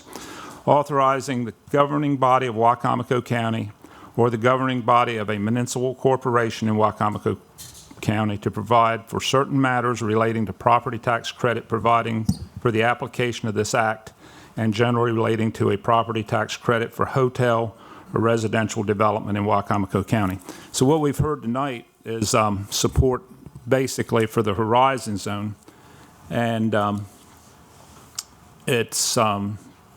city has drawn that up, and then I don't know who drew it up for Wicomico County. Who did draw that legislation up, Laura? Mr. Wilbur. Mr. Wilbur, okay. So anyway, this isn't just about downtown Salisbury. When we open the door on this, or let the horse out of the barn, however we want to phrase it, anybody that builds anything new in Wicomico County, residential development or a hotel, will be able to apply for a property tax credit. It has nothing to do with $10 million. That would be anywhere in Wicomico County. As Mr. Gillis said, it could be expanded. At some point in time, somebody's got to pay the bills. You know, the county doesn't run on air. The more people that don't pay property taxes, the more that the people are paying property taxes have to pay. So I've heard a lot of words in the past few days when I talk to people about this. Why is this fair? You know, it's insulting. I've heard those, and we're gonna, like I say, we're gonna have a work session on it later. But what this is going to allow for in the future, if we move ahead with this, it's going to mean that people with pull or people who know people in high places are going to be able to get tax breaks, and other people won't. It's going to be, as I think somebody up here said, picking winners and losers in the future for Wicomico County. So I think we really need to be cautious on where we move ahead with this. Thank you. Thank you, Mr. Holloway. Do we have any more council comments? Mr. Cannon. Thank you. I'll make a comment. We passed a resolution earlier tonight, Resolution 73, 2021. In doing so, we appointed a new county council attorney, but I don't think we ever mentioned who that was. So it's Andy Mitchell. If you're familiar with Andy Mitchell, he'll now be representing the county council as our separate attorney. So I'd like to congratulate Andy Mitchell on this appointment. A lot of good people applied. Andy sat through a great interview session and did a perfect job, and we're looking forward to working with him in the future. So I just want to make sure everybody knew what that meant. In regard to everything else here, I think I'd like to make a couple comments on this tax relief that we're going to be working on. And I'm going to make a comment now because many in the audience, either home or here, might leave by the time we get through our 2 or 3 work sessions before that individual work session. The one thing I'd like to say is I've recognized that so many people who I've talked to don't realize what this is truly all about. I had lunch with an individual the other day, and this individual said, well, you're giving taxes away here and here and here. By the time you're done, John, we won't be getting any taxes. And that is exactly what this individual thought. And I said, that's not what is happening here. This is not a tax giveaway. We are not giving away $1 of current taxes that the Wicomico County currently collects. Nothing. What we're doing is trying to give relief only on the improved investment value of those properties. We will always continue to collect the base value. What we're doing is giving graduated relief on the improvements of that property, and only for 10 years. And 10 years, as I think was said earlier, it's not a long time. At the end of that time, if all the projects were to come to fruition, and these are numbers, what Wicomico County is collecting now is about $25,000 a year. That's it. If this goes through, at the end of the 10-year period, we'll be collecting over $800,000. And that's only a good thing. And that's what I think that's the half-full issue that you need to consider. One project alone, if one project alone is successful, you can see it go from $19,000 a year to $196,000 a year. And what does that mean? What does that mean? If you're worried about Wicomico County losing taxes, it's just the opposite. You're going to reduce your taxes because we have a 2% revenue cap, as it was also said here. So when these property values skyrocket, the county council is forced to then reduce the tax rate. And everybody in Wicomico County benefits from that. So I think that's important. That's the focus of economic development. You increase your tax base so you don't have to increase your tax rate. And that's, I think, very, very good logic. I don't think in my lifetime I have seen multi-million-dollar projects in downtown Salisbury ever. So I don't think I'll ever see it again, really, unless we try to figure out some way to create the incentives that are necessary. So that's why I would be in favor of trying to move this forward. I think it's important also, think of the economic development, the catalyst for economic development, the growth that's going to occur, the jobs that are going to occur, increased revenue, drawing people to this community. That's what we're trying to do, is create some type of a catalyst for economic development as a whole. So there are many who are quick to declare that I'm pro-business or I'm pro-growth or pro-economic development. Well, this is it. This is the one tangible item that we have at our table where every member of this council can prove that they're pro-growth, pro-economic development, and pro-business. So that's important. It was said also, I think Mr. Simpson noted, that every member in the state of Maryland General Assembly approved for Wicomico County to develop some type of an incentive program. The governor signed off on it. There wasn't one disagreement, and it may have been the only bill, not only in this year but many years, that's ever passed like that. I think as Delegate Anderton told us. So please keep in mind, we're not giving away tax dollars. We're just giving away graduated relief on investments, future investments on property that's going to be done downtown. So, thank you. Thank you, Mr. Cannon. Do we have any more council comments? Mr. McCain? Yeah, just a real quick comment. Mr. Cannon just took most of my comments, so I guess I'll just have to say ditto on most of that, but actually, John, you described that very well. One thing I would add is this is a very basic tool that's used across the country for economic development in urban areas. I mean, countries or cities and municipalities across the entire USA do this all the time. I mean, they have pilots, which are payments in lieu of taxes, and TIFs and other mechanisms to promote economic development. So, I mean, it's a pretty basic tool.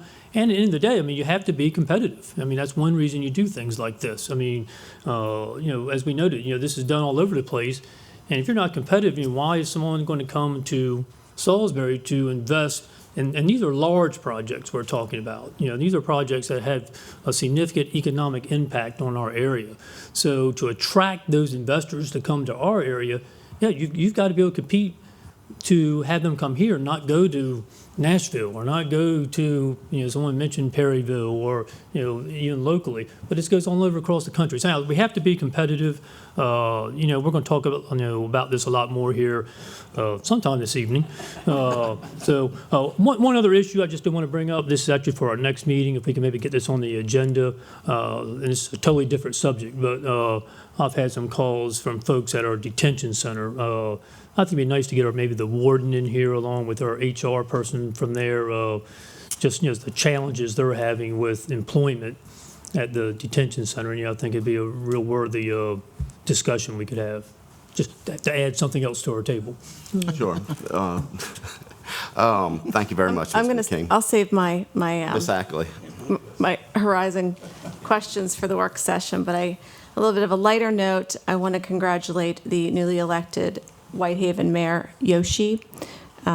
He is the canine mayor now of Whitehaven, and he was able to raise $5,000 for the village of Whitehaven to replace the church roof. So congratulations, Yoshi, and we're here to support you. Thank you. Any more council comments? Is the mayor? Right, thank you. Like Mr. McCain said, Mr. Cannon already touched on just about everything we wanted to talk about, and being the chair up here, I'm last to speak, so I don't get to say anything until at the end, and everybody else has already spoken, which is great. And Mr. Cannon, thank you for bringing up Mr. Mitchell. I was hoping he would be here, and I think he's going to work out fine for us. And I also want to thank Mr. Bob Taylor for serving as our county council attorney for the past several years. He did a great job, and thank you to all the great attorneys that applied for the position. Every one of them were great. Wish we could have all of them. I hope everyone had a great Independence Day. I want to thank everyone that attended all the fireworks. I know a lot of people went out. They were just dying to get out after this pandemic this past year. I went to several fireworks myself all over the shore. Several were canceled. So everybody that put together Red, White, and Boom and all the other ones, thank you for putting that together, because this county really likes that and appreciates that. So I also went to the Whitehaven event with Miss Ackley. So it was nice seeing the dog as the mayor for the day. The community really liked that. So thank you very much. And I do want to thank everyone that attended. I counted all the speakers. There were 18 people that spoke today. And so that's really great when people come to the council and they voice their opinion. So we really appreciate it. And there was so many different views, and we take it all in. So thank you very much. So this time we're going to move on. I need a motion and a second to adjourn from legislative session to go into open work sessions, followed by a closed work session pursuant to the general provisions articles section 3-305B1 to discuss a personnel matter pertaining to the redistricting committee resumes to protect the confidentiality of the individuals. And at this time I need a motion and a second. So moved. Have one motion. Do we have a second? Second. I have a motion and a second by Mr. Davis. All in favor, please say aye. Aye. Thank you very much. Now we're going to move into the open work session. We're going to talk about Airport CARES Act grant funding. An update by Mr. Tony Rudy, the airport manager. Thank you all. Good evening. Evening. Tony Rudy, airport manager.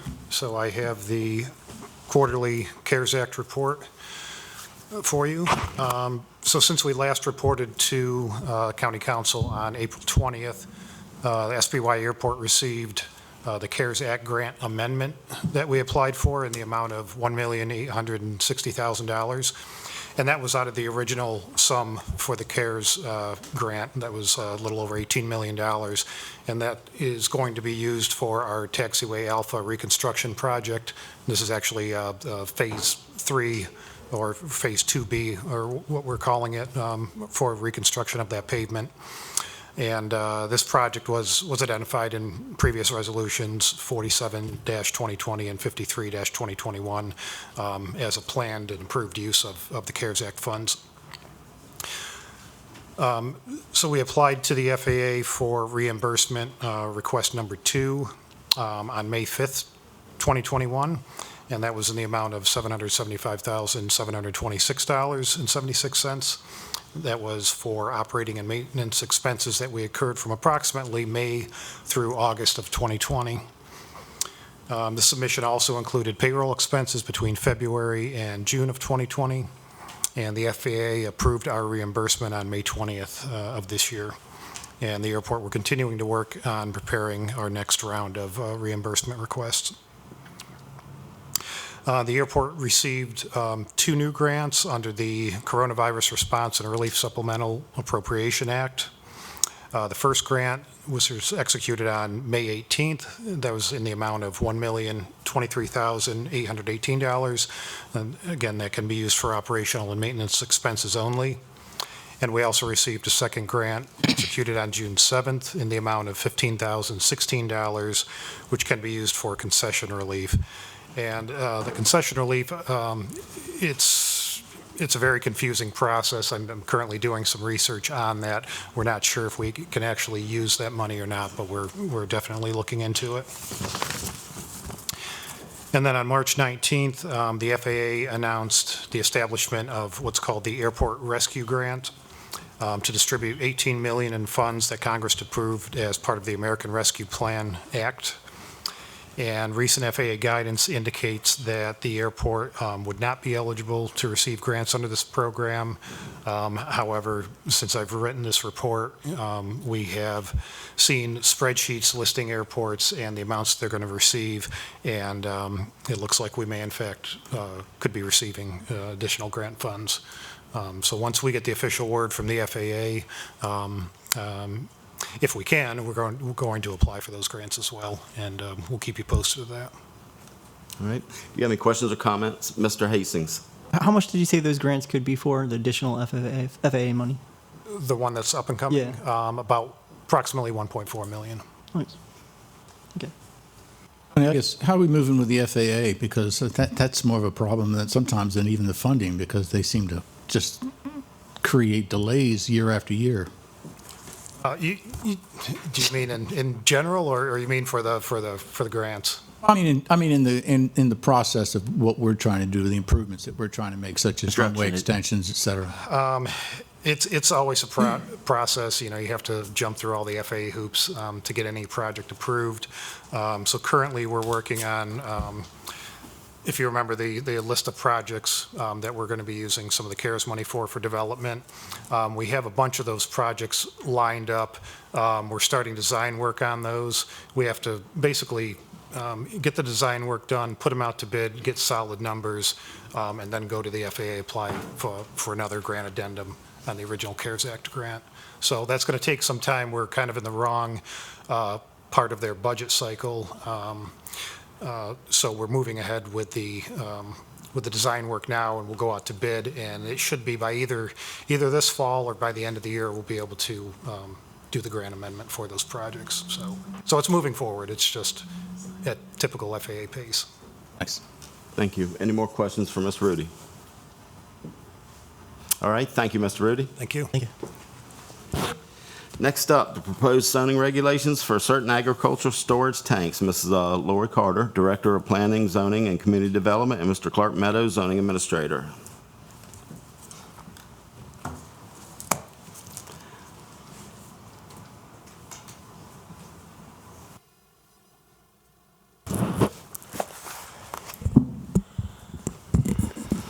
Welcome.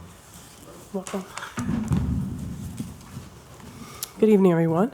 Good evening. Good evening. I'm Lori Carter. I'm the Planning Director. Clark Meadows, Zoning Administrator. Okay. I'm going to look to Mr. Wilbur. He's been working with the department as we're trying to prepare something for you all in regards to legislation. And we are here to answer any other questions that you may have. I don't know what you may have in front of you at this time or not, if that has gotten to you or not. Yes. Okay, thank you. The draft? Yes. There's a draft. Yes. It was just received today. Okay, so Yes. it's not in the brief book, it's just Okay. separate. It was emailed to us. That is correct, okay.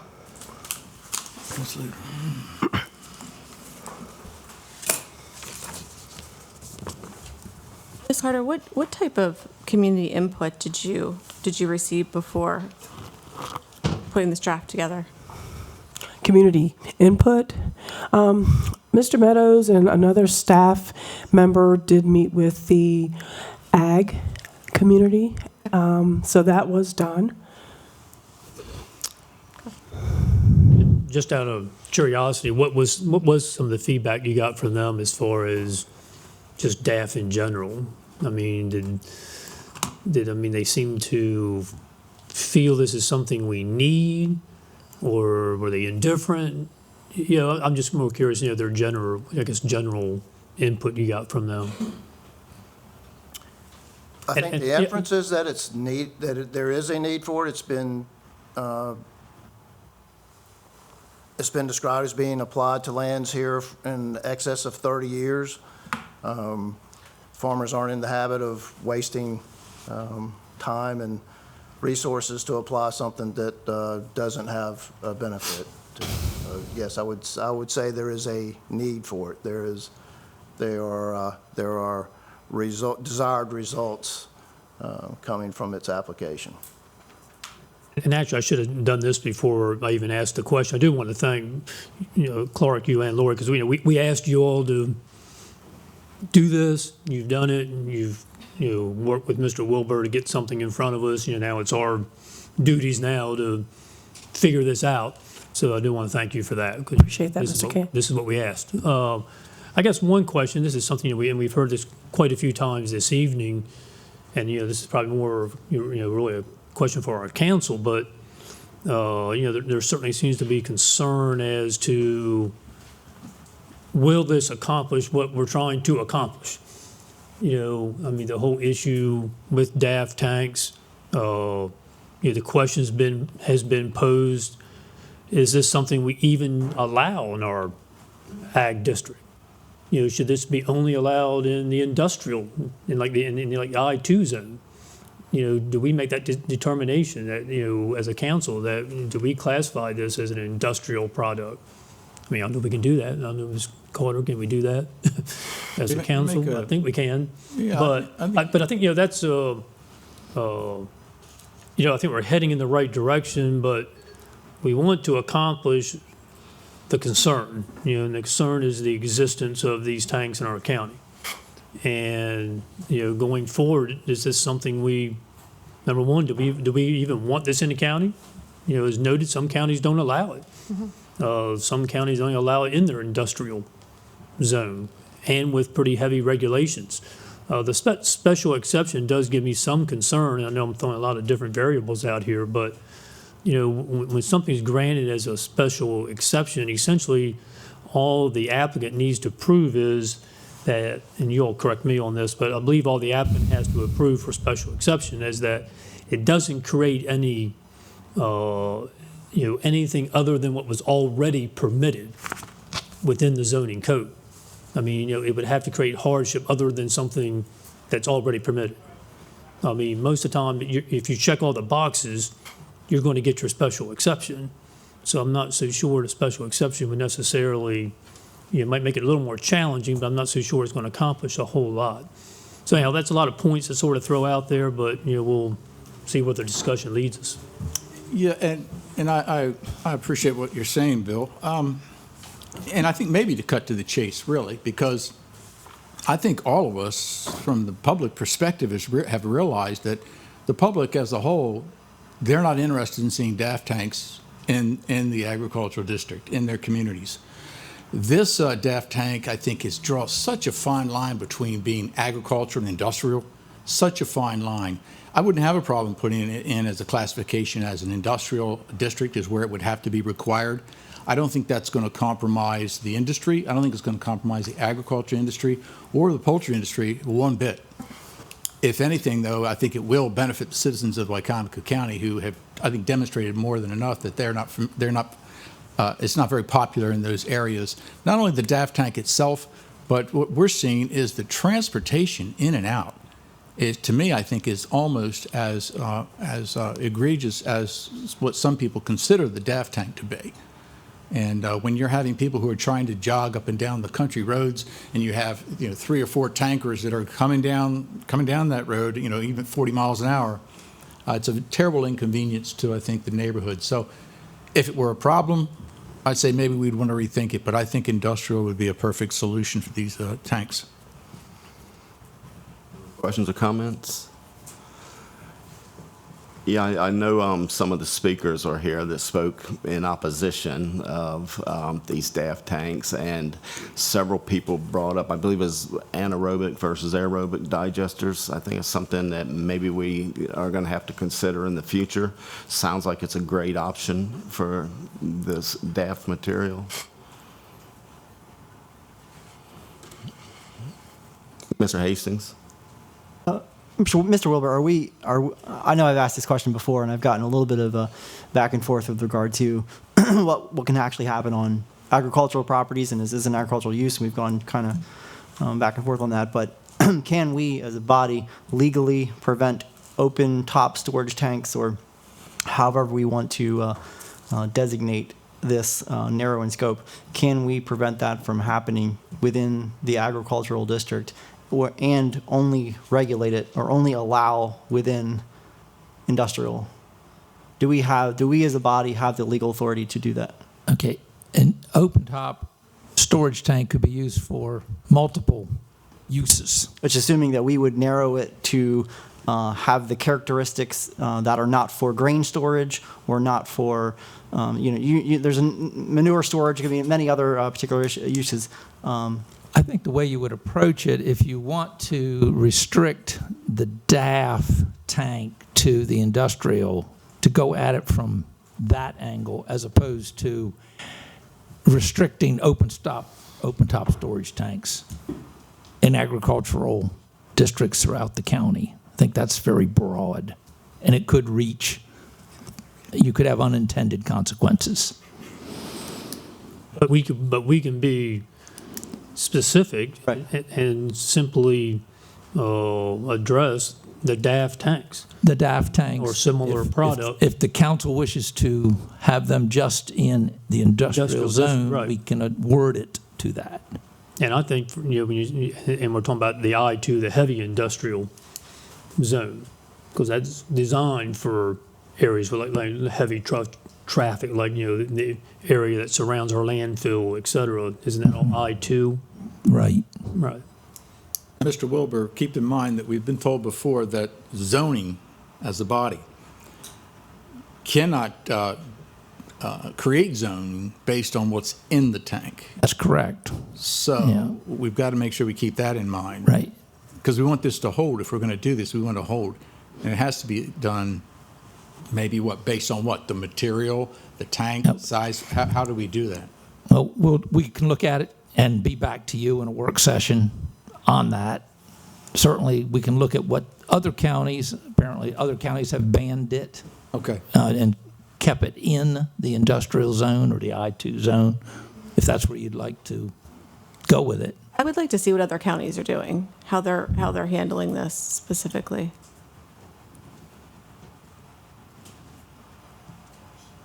Ms. Harley, I don't think we're prepared to move forward to put this into a legislative bill by listening to all the comments. And Mr. Wilbur mentioned another work session. I mean, it's in a draft form now, but it definitely sounds like it's going to need some work to it. Absolutely. So perhaps they can do some additional research and come back.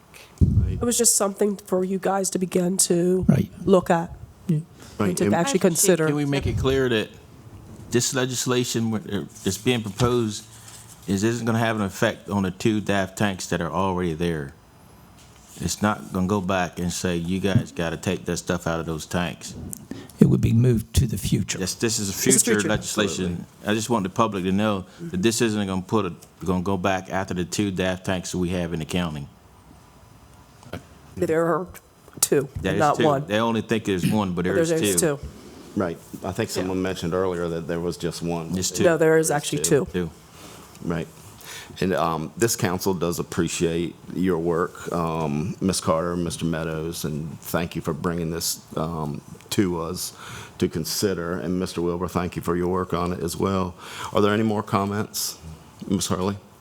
So I did notice that the setback is 200 feet. I recall a council member mentioning Yes. that they thought that was too little of a setback.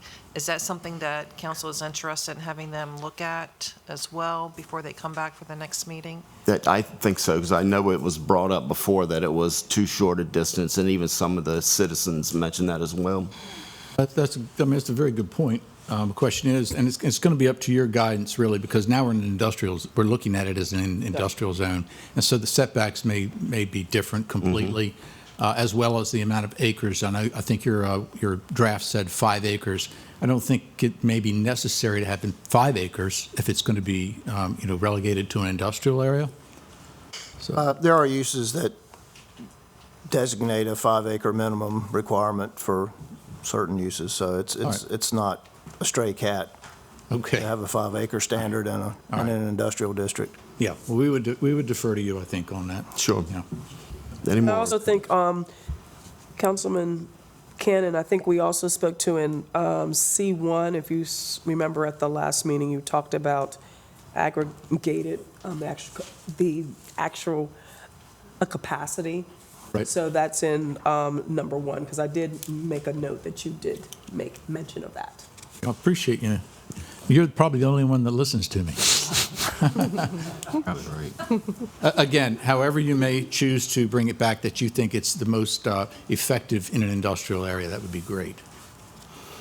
Miss Carter, someone mentioned it earlier tonight, and it's been discussed numerous times. Is there any way to make these DAF tanks have a lid on them? I know they form a crust and that acts as a lid, but you still get a lot of complaints from the smell. Explosion. I know. Mr. Dodd, I am not the expert when it comes to that, but from what I have understood, that would definitely cause a rupture.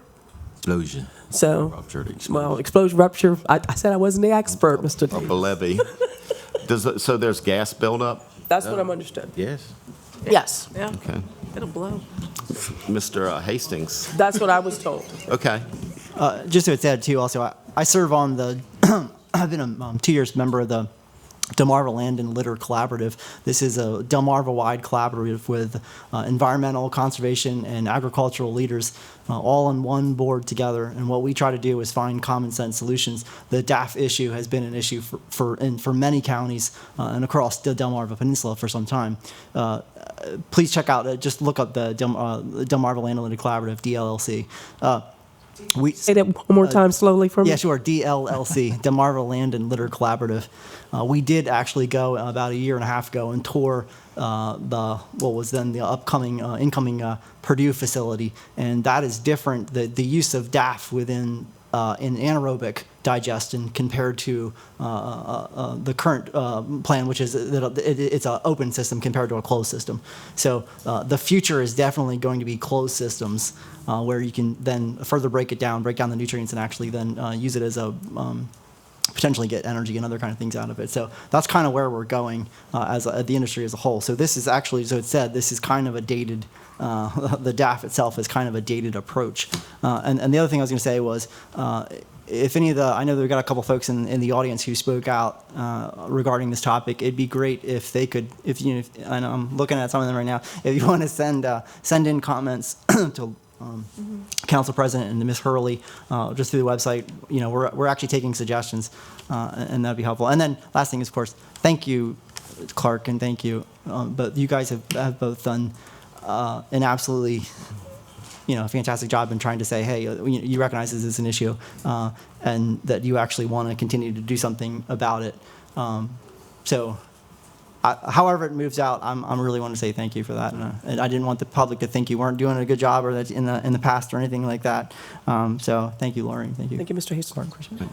And as far as these tanks, when there's a tank that has a pressure buildup due to gases, there's usually a built-in valve to allow it to vent. I think you see that gas company over by Main Street they always have a flame out because it's venting. So that's probably something to consider. And Mr. Hastings mentioned taking comments from the citizens. I'm sure there's people out there that has more expertise than some of us do, so we're always willing to listen to your comments. So thank you. Any more questions or comments from Mr. Meadows and Ms. Clark? Yeah, Mr. Clark. I got it right. Thank you, Ms. Carter and Mr. Meadows. All right, thank you very much. Thank you all. We'll be in touch. Yeah, thank you. All right, next up is Residential Incentive Zone Program. Mr. John Pesota, Acting County Executive.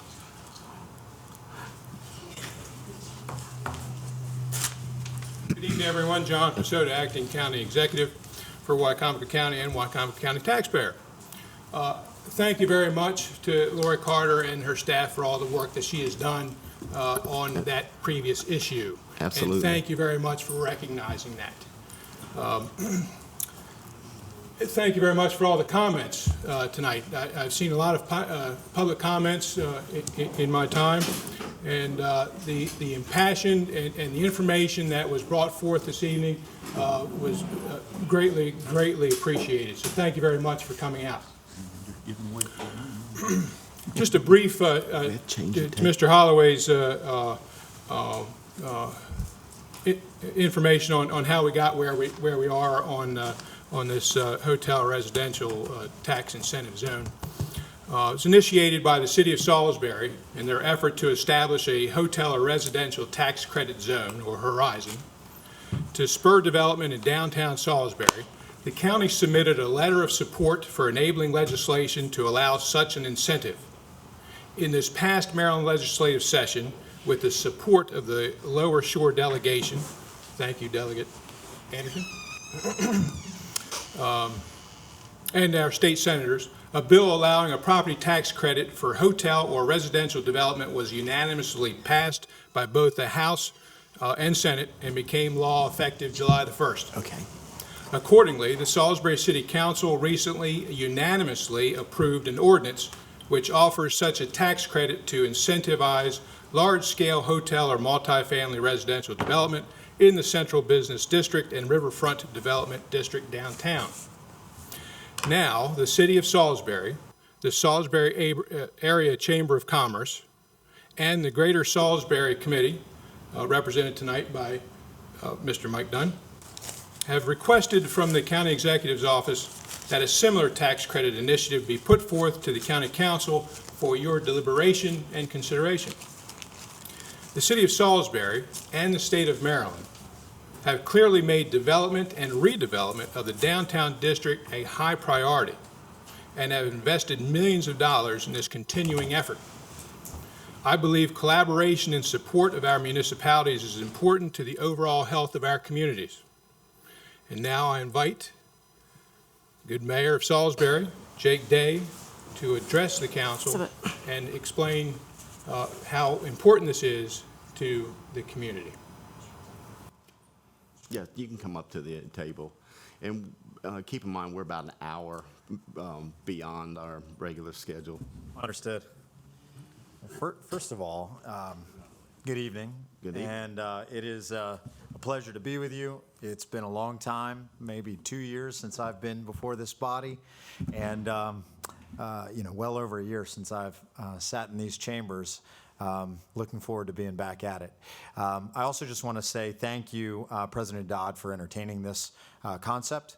And I want to thank the County Council for the collective support for the enabling legislation that the Maryland General Assembly passed.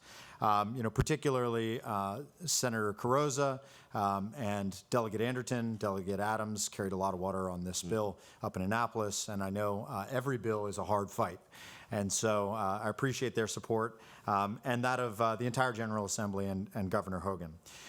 So recognizing that I have to be conscious of my time, I will just ask you to indulge my few minutes of comments. I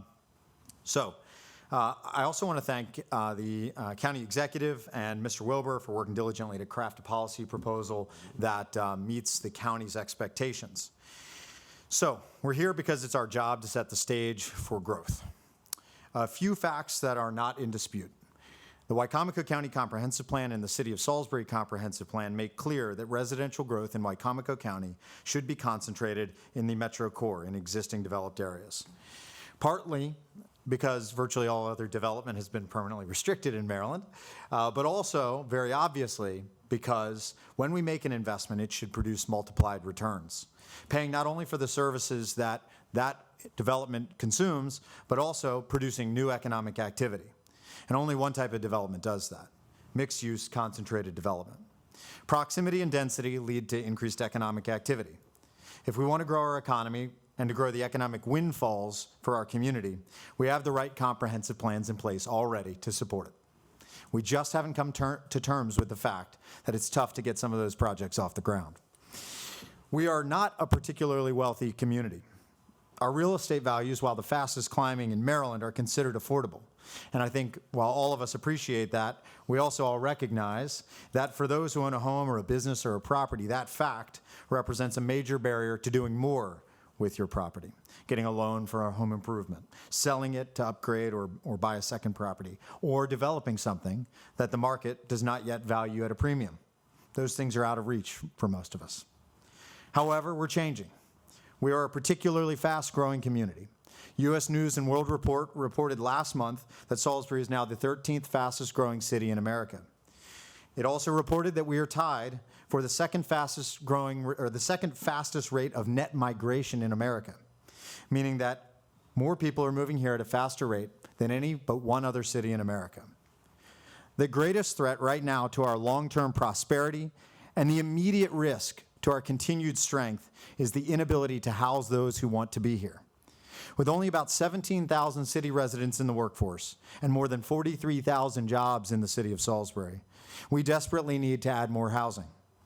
For most of my life, I've heard the lament of the generations who came before me who said, people keep moving to Sussex or Talbot or Worcester counties.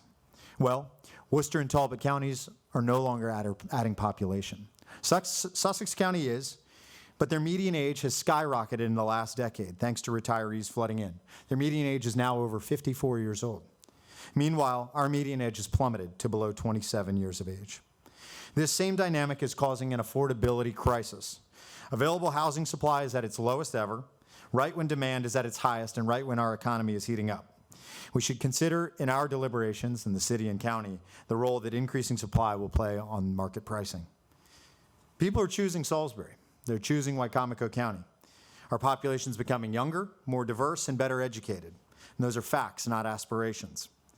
I attended an event last week of new corporate leaders and professionals who have moved to Salisbury in the last few months. That event is now going to be held every quarter in downtown Salisbury. I stood in a room filled with doctors, corporate executives, nurses, professors, all of whom just chose this place, and they didn't choose to move to one of our neighbors. We should feel proud of ourselves for finally turning the tide on where professionals live who choose to move here. That being said, demand is as high as it's ever been. According to the most recent housing study completed in Salisbury, we now have a below 4% residential vacancy rate. That's not only abnormal, it's not as good a news as it sounds. While we want our housing units occupied, of course, we desperately need more, and that's a great indicator of it. The market is not producing those units at the rate we need them to. In part, that's due to labor shortages, rising labor costs, and rising costs of raw materials like lumber. That said, the greatest challenge we face is that the development our community has already declared of the highest importance, dense residential development in the urban core, is expensive, and we simply don't demand the rental rates to pay for it.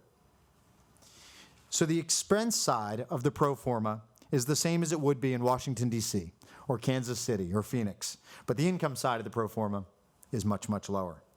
So I think you have a sense of the problem. But what are we going to do about it?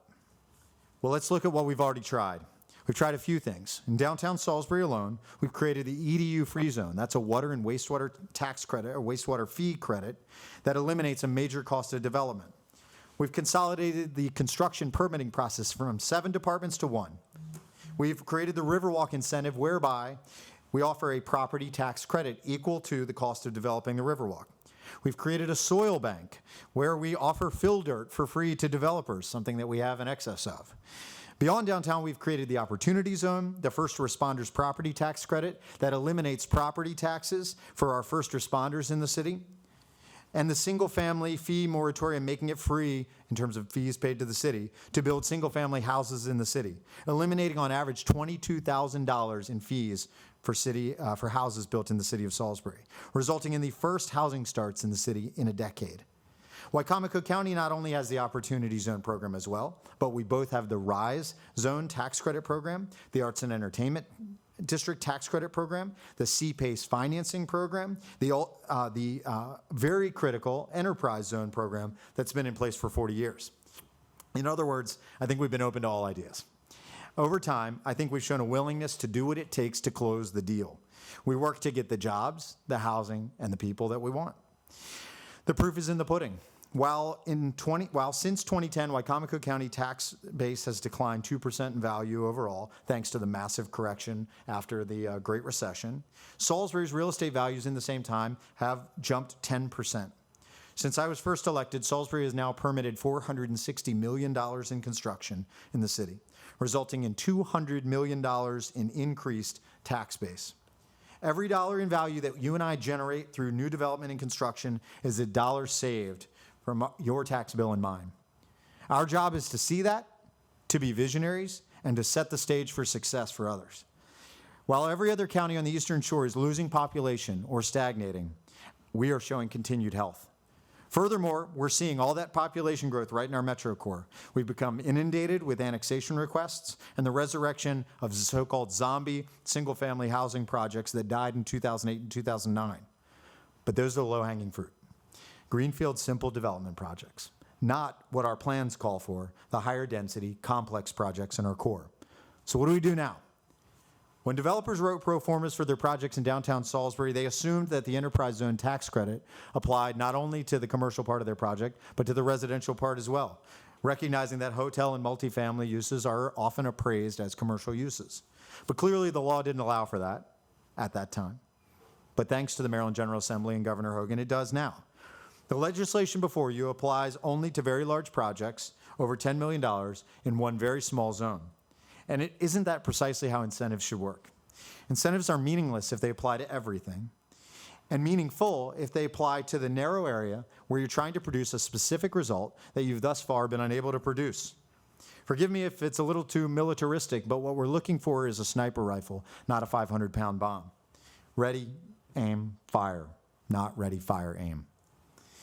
That is the reason that this is targeted only at this narrow subset of development. It's worth noting that right now the highest rental values for commercial and residential real estate in our region are demanded in downtown Salisbury. We've been able to see constant renovation of the historic buildings in downtown, including a now 100% full Powell apartment building, which sat empty for nearly 2 decades. We have a historical record number of restaurants in our downtown, and there are currently 4 historic buildings under renovation. But these projects have been able to proceed without this incentive, in part due to the fact that they're smaller. They can rely on local lenders. We don't have a single lender in our area who has the lending capacity to finance the larger projects being incentivized. And to the outside funds and banks that are considering Salisbury and Wicomico County, I've had to personally get on the phone with them and tell them why we are a community that is open to business. Taking a look at the totality of the eligible area, the Central Business District and the Riverfront Redevelopment District, we estimate that there are 7 main undeveloped parcels that currently have proposed development in residential or hotel uses. Those 7 parcels have an estimated $106 million in proposed development on them right now.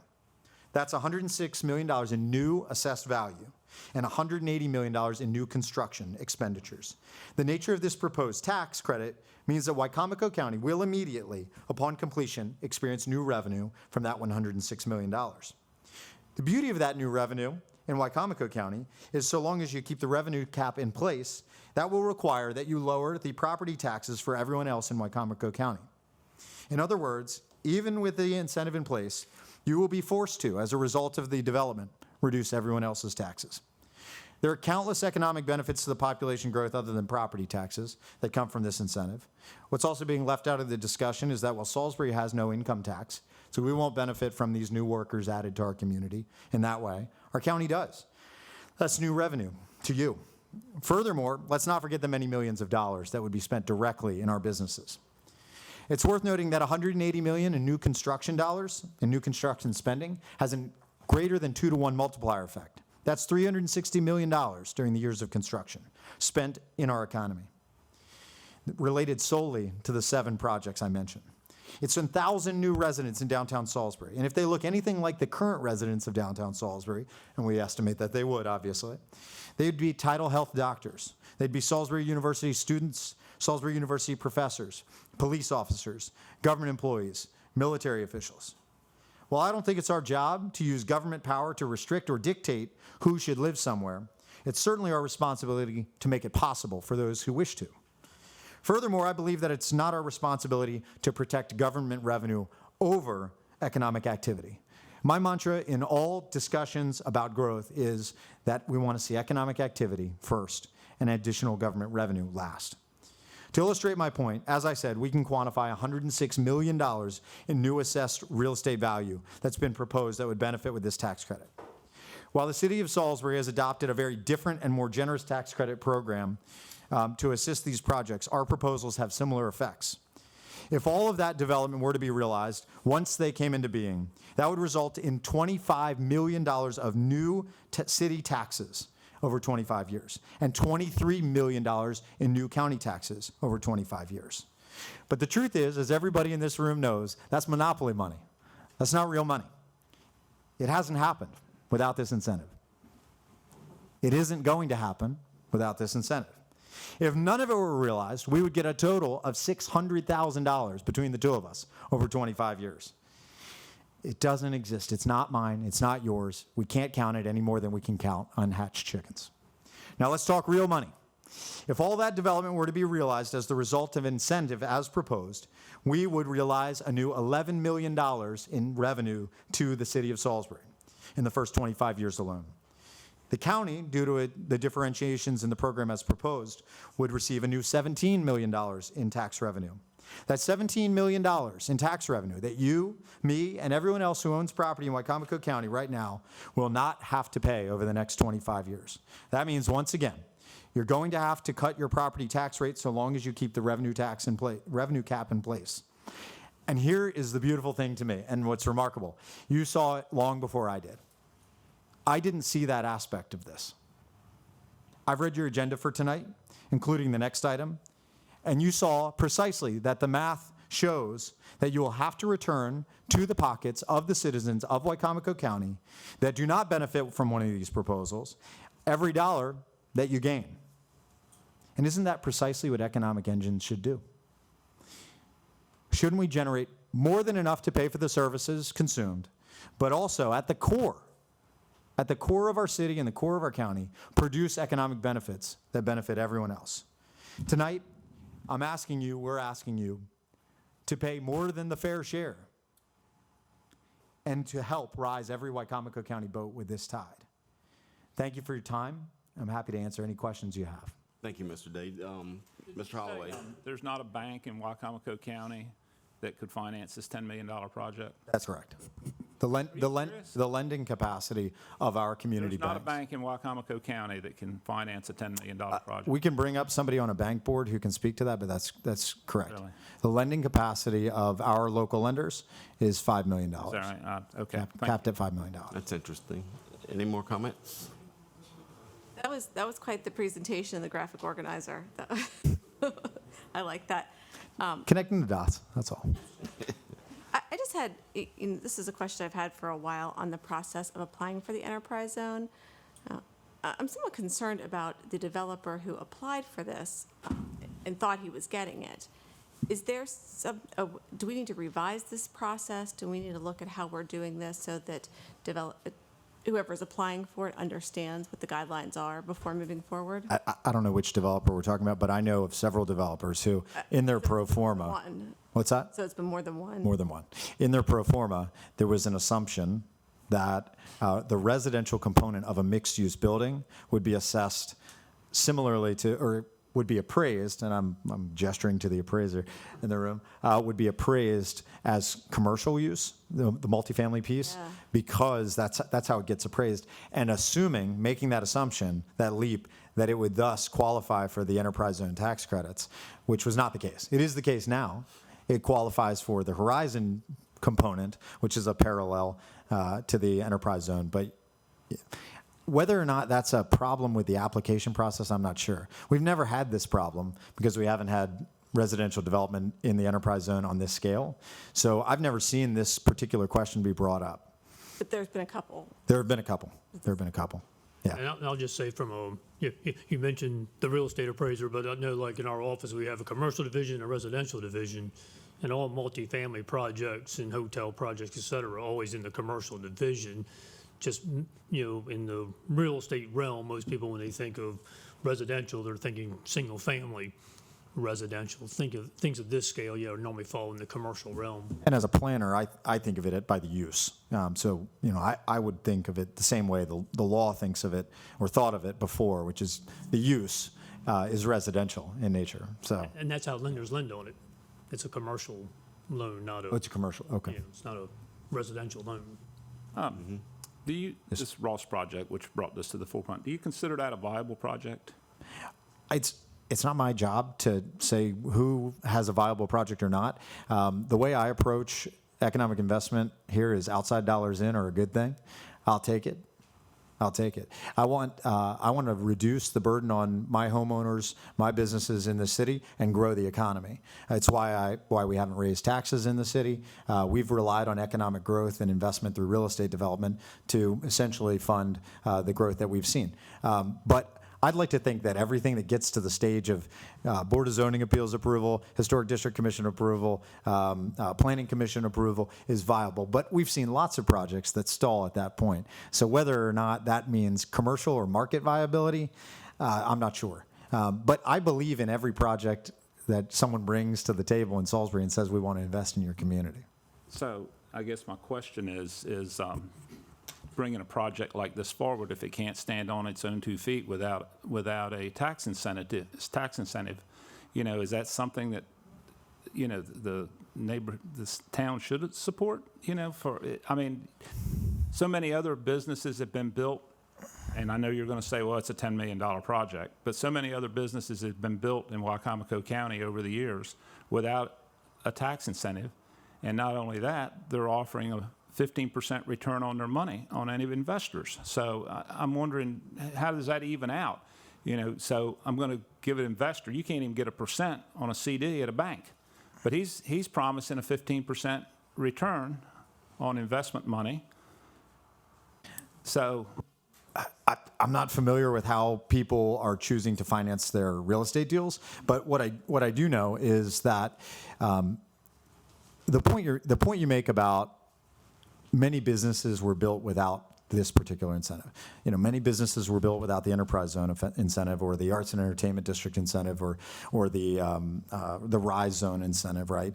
The moment in time, I think, plays a role in dictating two things, right? One, our objectives as a community. And we've said as a community, we've said it through elections, we've said it through the adoptions of plans, not just our comprehensive plans, but our downtown master plan, our Route 13 corridor study. All of these things have said the type of development we want, where we want concentration. We've validated those through countless public process, through community input over and over and over again. We know what we want to do. We've looked at successful models around the country, and we've tried to shift toward the things that work to grow an economy. And the very fundamental things, having a successful core leads to a successful overall economy.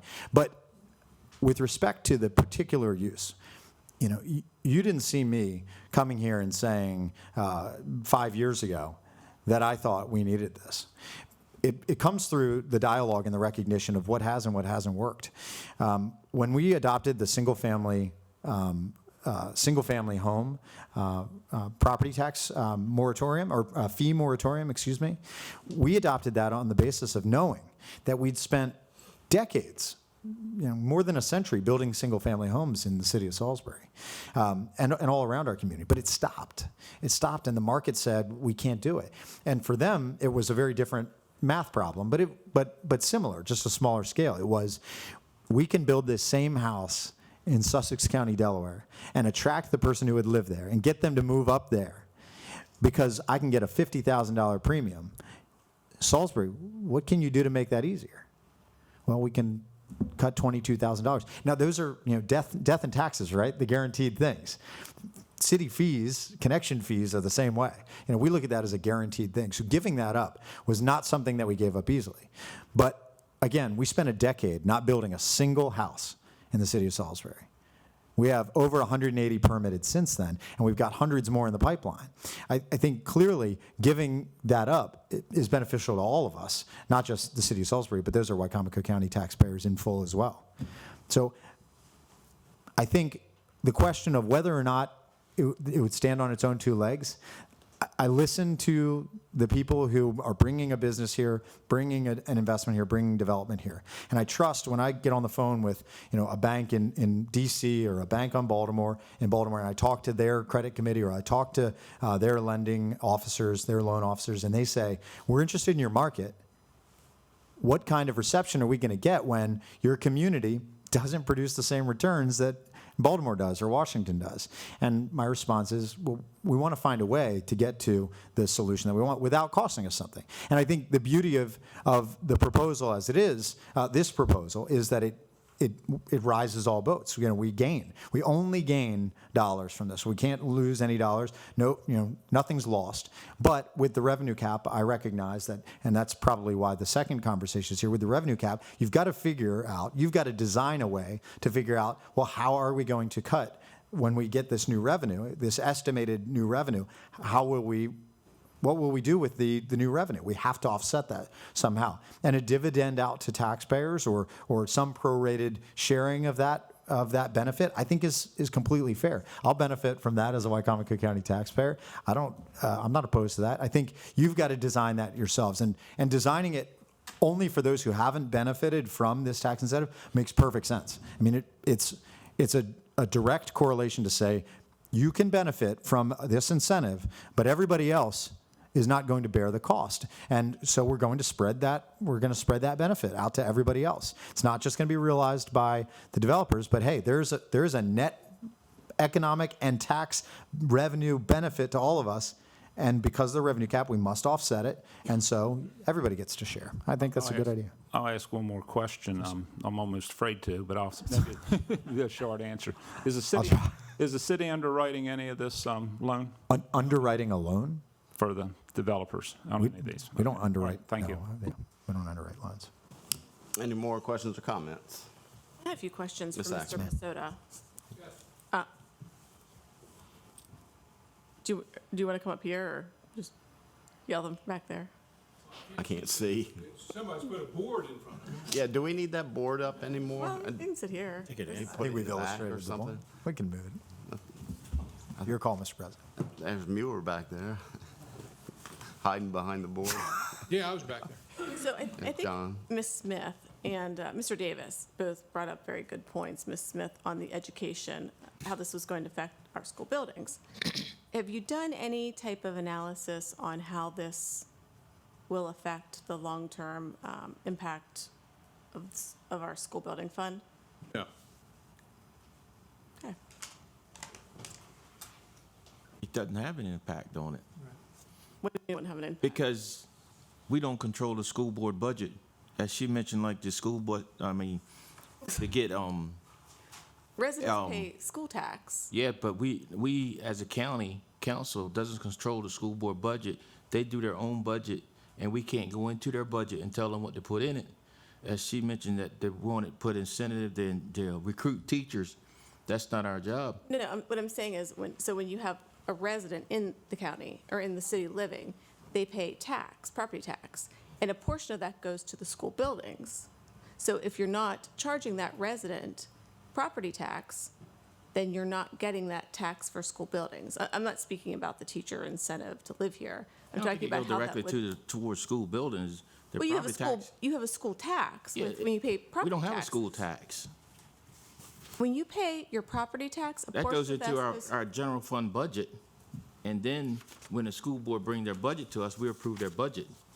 So we would be decreasing that if residents weren't paying the tax. We can't decrease the school board budget, as you know. We cannot give them less than what we previously give them. So if we have a resident here who's not paying property tax, that means we're not collecting money that could potentially go to our schools, but there could be students attending those schools. So it's more of a burden on the infrastructure without getting the tax base to compensate. I don't understand how you can live in the county and not pay taxes.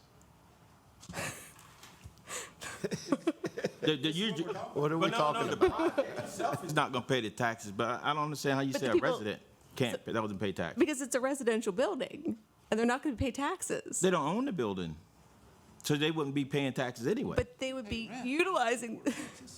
You pay rent to the owners. It's like, I'm not going to put you on the board, John. But if John renters, they don't pay property tax. John paid the property tax. He owns the building. So it doesn't concern the Who's person. paying John the money to pay the property taxes? The person is in there. Yes. So you're not losing. You're losing. If anything, the additional people that are going to be brought in are going to be paying more taxes, period, income taxes. Sales tax. But they're not going to be paying property taxes, correct? This is Renters the don't pay property property tax. taxes. Renters don't pay property. I understand, but the owner, the The building building owner, owner is still paying property so tax. he's still going to, We're not eliminating the property taxes. They Right. will always pay the base property taxes, and then we will graduate the increased costs over 10 years. so they're not paying the full amount of taxes. But they're going to have residents living there that could potentially be using our public school system. They will be paying in increments. They will be paying increased taxes. Okay, but they're not paying the full amount. So I'm asking, what 20 is years. the impact of that? Have you I looked think you need into to be, it? I think the word think I visionary was used before. What happens in 10 years? The idea is that you invest now for the return you're going to receive in 10 years. We're going to have millions instead of thousands. I guess, John, I don't know the answer because I'm not an economist and I haven't done that analysis. That's why I'm asking Mr. Pasota, since he's putting that forward. No, thank you. He's putting that forward, if you have looked at that. Mr. Day actually kind of addressed that because he said, you know, if these talked a lot. projects, Mayor Day, if these projects come to fruition, I mean, that's $17 million over 25 years. It comes to Wicomico County, Okay. which increases our, revenue But to Mr. help King, pay for. Do you see what I'm saying? Like if. No, I in the- see- I see in the what you're beginning- saying, Yes, but in the we beginning, they're increase- not going to. So I'm long- just wondering how we're going to get that in the beginning. Long term, we're increasing our assessable base. Just because we're deferring part of the property tax in those initial years, as this winds down over the 10-year period, every year we're collecting more and more property tax. So we are collecting that money to pay for those, if that's the case. I mean, everybody, just because people go there doesn't mean they're necessarily going to be, have kids in the school system. Yeah, but I mean, they could. I mean, they could be. They could be doing it, Could be but in- retirees or whatever it might I guess be. in the beginning, though, have we looked at how we are going to balance that? Yes or no? I mean, it's not really I a have. debating question. It's just And yes. I don't want to, am I allowed to answer? Yeah, Okay, please. yeah, I'm used to being a guest at the meeting, so. You're a guest. So the math on that $106 million of estimated new assessed value. Now that's assuming all 7 of those parcels are built out.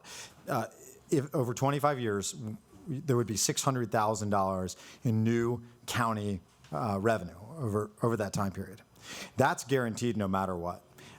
If any of that is built, if nothing is built, so if nothing is built, if it's still city parking lots, 5 city parking lots and 2 privately owned parcels, that income is guaranteed, $600,000 over 25 years. Say that one more time. Yeah, so today, if you do nothing, the Wicomico County will get $600,000 over 25 years from those 7 parcels. There'd be no one living there. That's right. There'd no one there, nothing happening, just parking lots, city-owned parking lots, and 2 empty lots, 5 in Riverside and where the Ross is planned. So it'd be nothing. So let's say we do nothing and nothing happens. We get $600,000. If the incentive goes into place and there's $106 million in new value, and that's a conservative estimate of the value of what's currently proposed, we could build more, we could build less. This is all an estimate, right?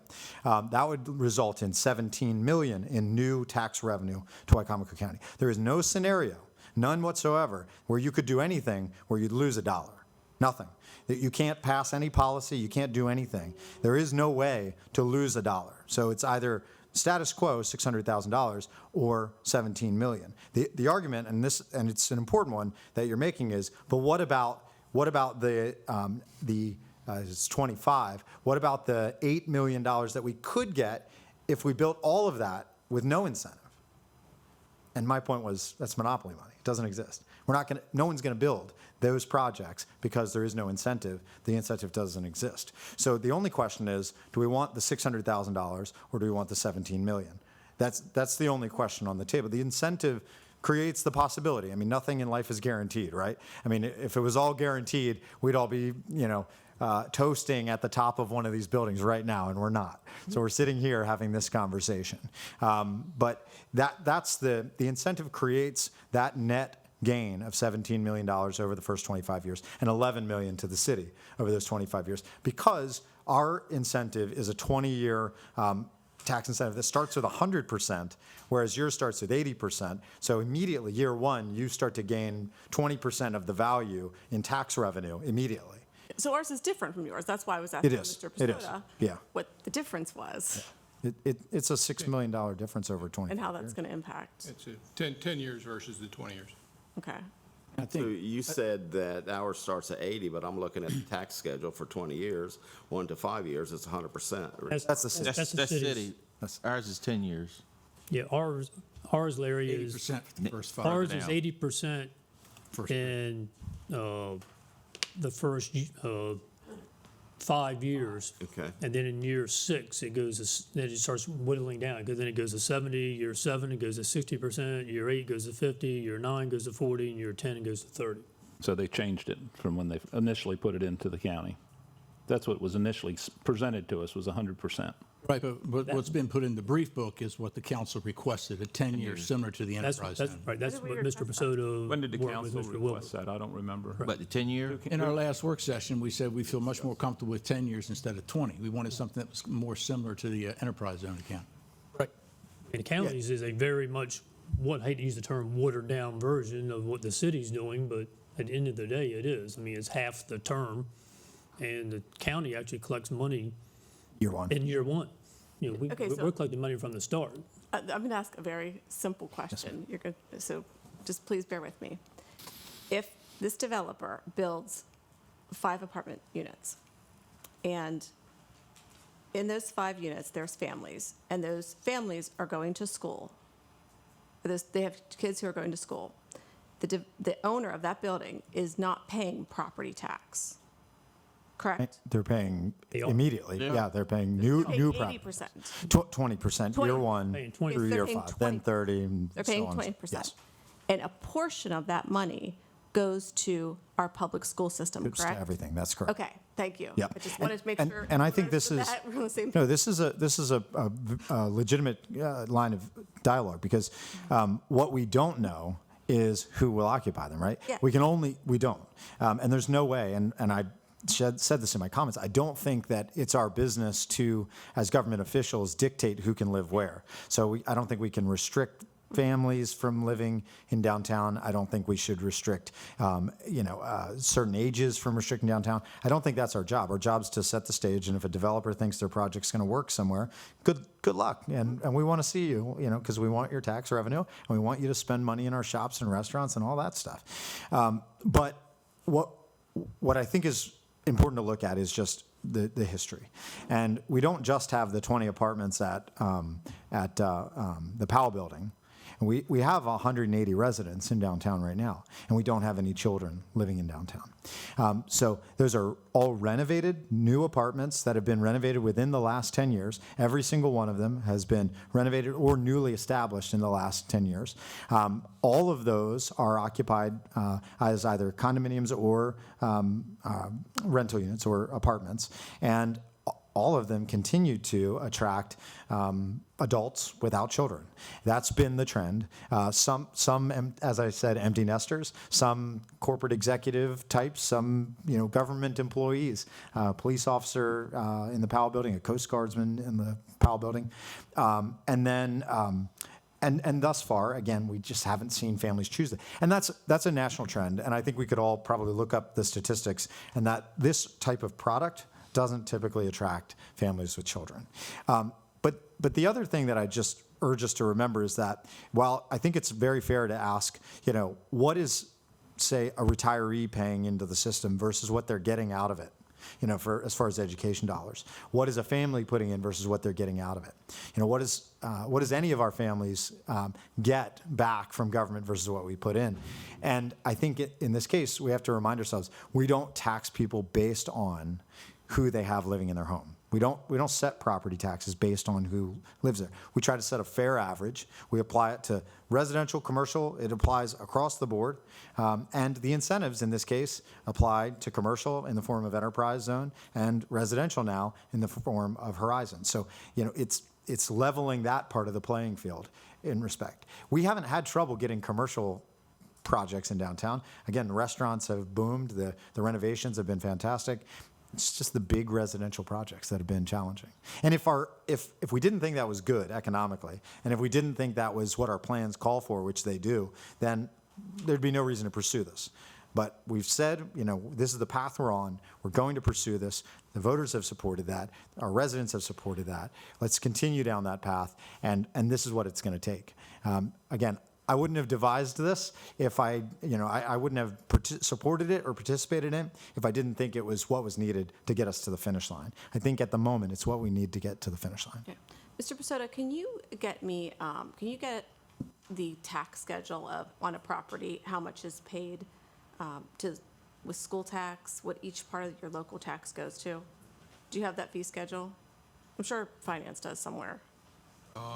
If you can clarify the ask again.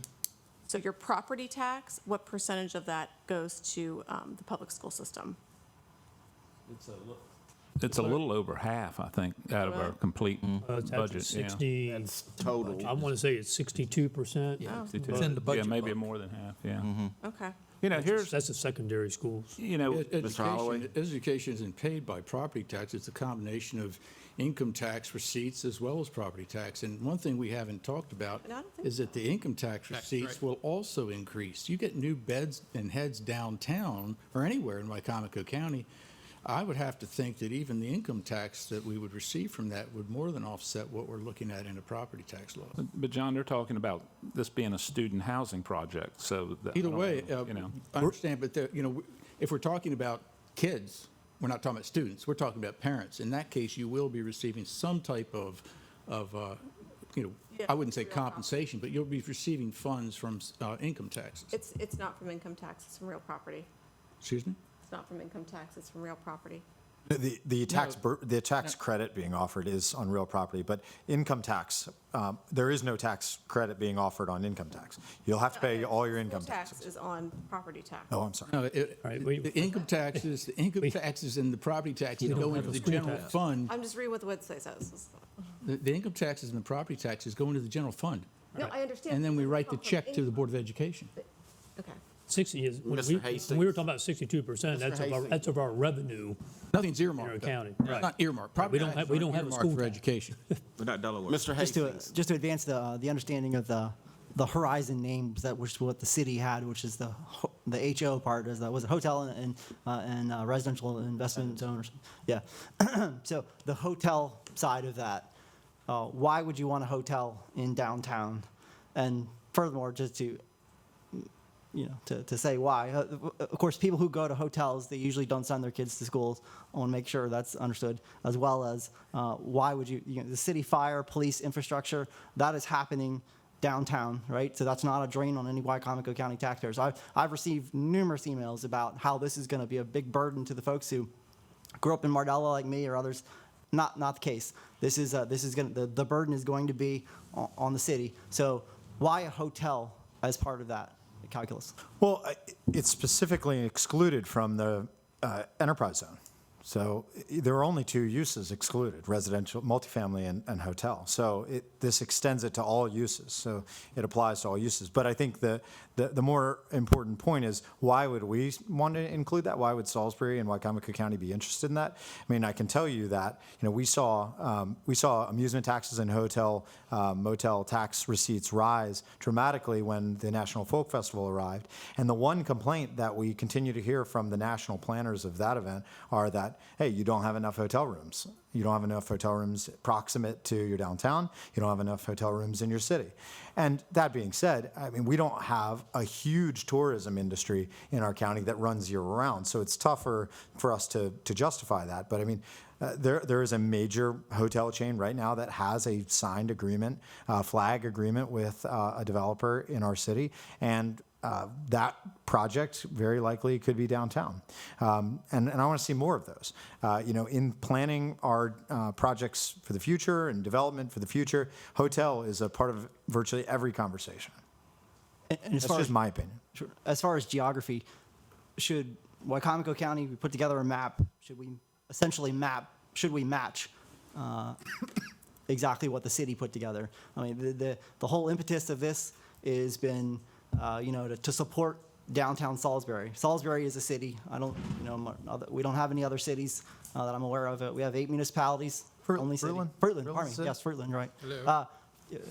How can I forget Fruitland? So the obvious question that we've been getting by by email is, what should the geographic scope of this look like, and how should the county support that? And could this go to other areas? Do we want development elsewhere? So I don't know if there's anything you want to say on that, or I can offer you my opinion. My opinion would be that anytime you create geographic boundaries for anything, I think each property owner is going to say, well, extend that to me, extend that to me. I mean, I think we've dealt with that every time we've amended a map before the city council, when I was on city council or as mayor.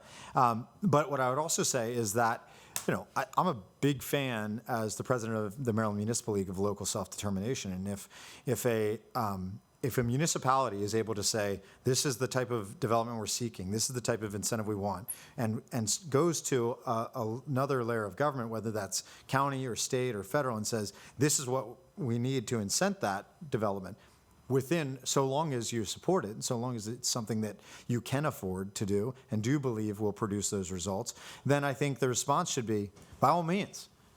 I think if the town of Sharptown were to come to you today and say, I believe you should incentivize this type of development, X type of development in our town, you should say, by all means.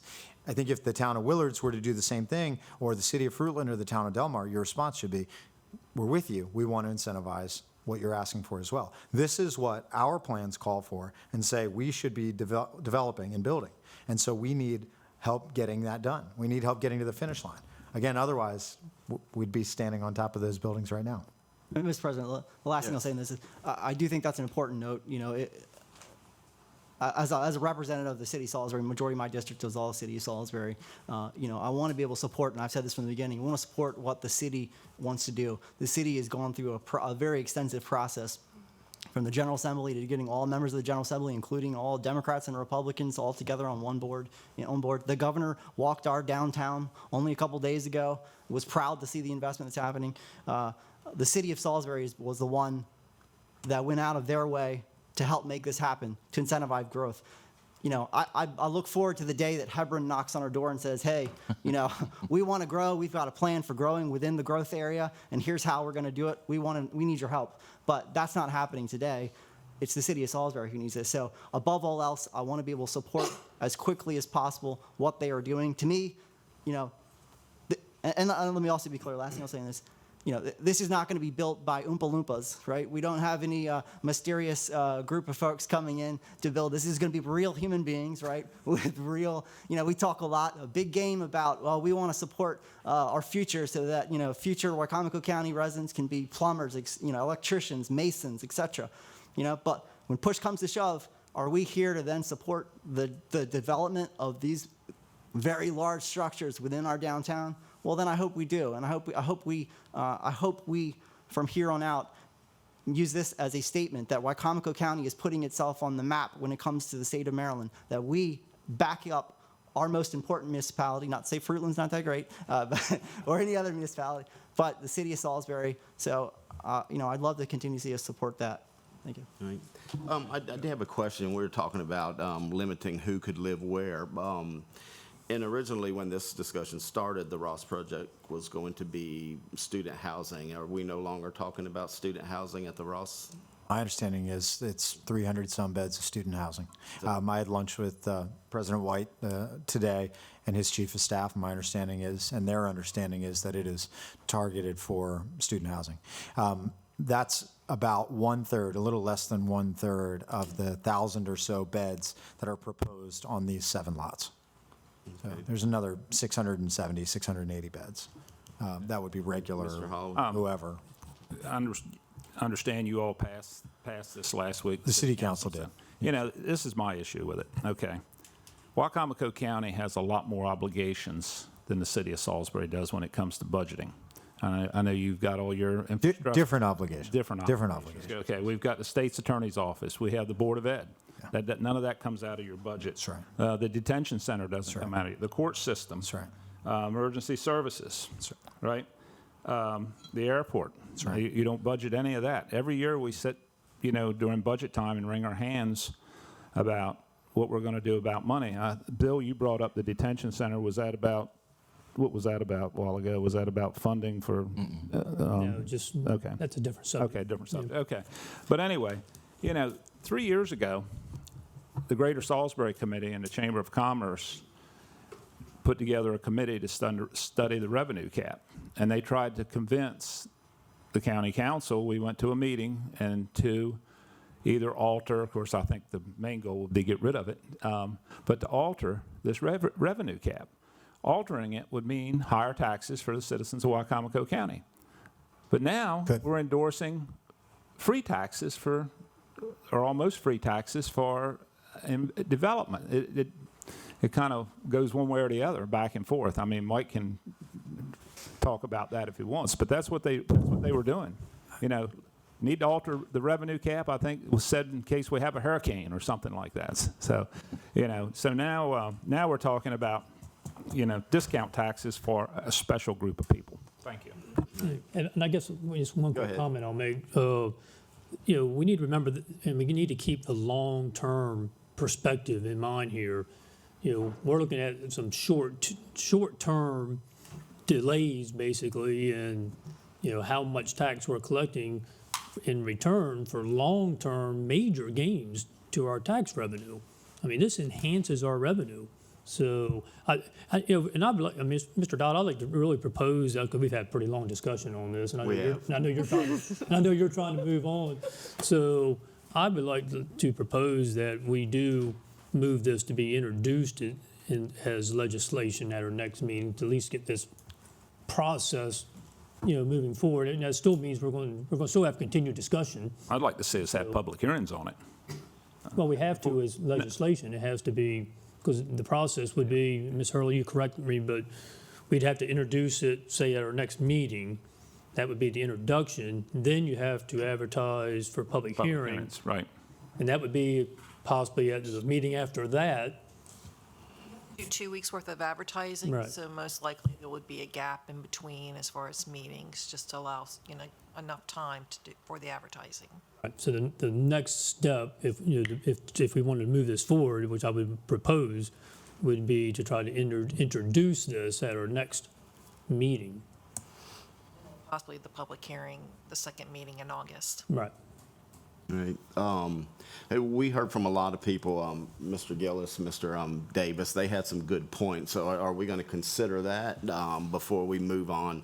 Dr. Sinkbell, Mr. Taylor had some good points. Joan Smith from the Wicomico County Education Association. They brought up some good points, but we do need to consider moving on. So the plan is to take a consensus, or is that what this body wants to do? I'll start with you, Mr. McCain. Yes, I propose we move this to legislation. Mr. Davis. I want to get it over with. Mr. Holloway. Yes on anything. Mr. Cannon. Yeah, without a doubt. Ms. Ackley. No.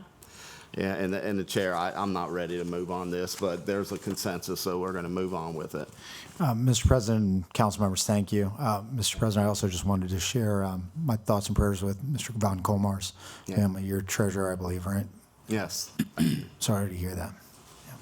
You'll have a great night. Thank you very much. Thank you, man. A great night. We ain't finished yet. It was just saying a great night. We ain't finished yet. Restful sleep. Thank you, guys. Just so Yeah, right. I will. Just so you're not the only one. All right, next on the agenda, Mr. Holloway has some ideas for countywide tax incentives. Mr. Holloway, Vice President, District 5. It's very simple. Any tax exemptions we give to anyone, we reduce the property tax rate the next budget session by the same amount. Sounds good. What's that? Sounds good. I've got zero interest in that. That doesn't make any sense to me whatsoever. So you want to give tax breaks to developers, but you don't want to give them to All right, Joe. general citizens of Wicomico County. All right, we have a revenue cap in our county. I mean, I'm not sure you listened to all the conversation. Oh, I know we have a revenue Right, so cap. we have and we're the only county in the state of Maryland that has a revenue cap and no transfer tax. we're now considered one of the poorest counties in the state of Maryland.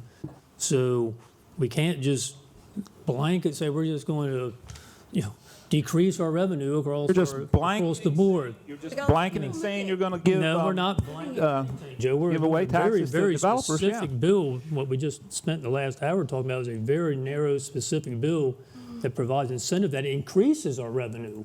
So we're trying to increase our revenue, increase economic incentives in our county, and this is, this proposed legislation.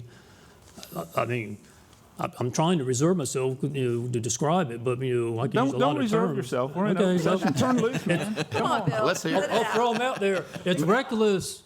It's just irresponsible. It's.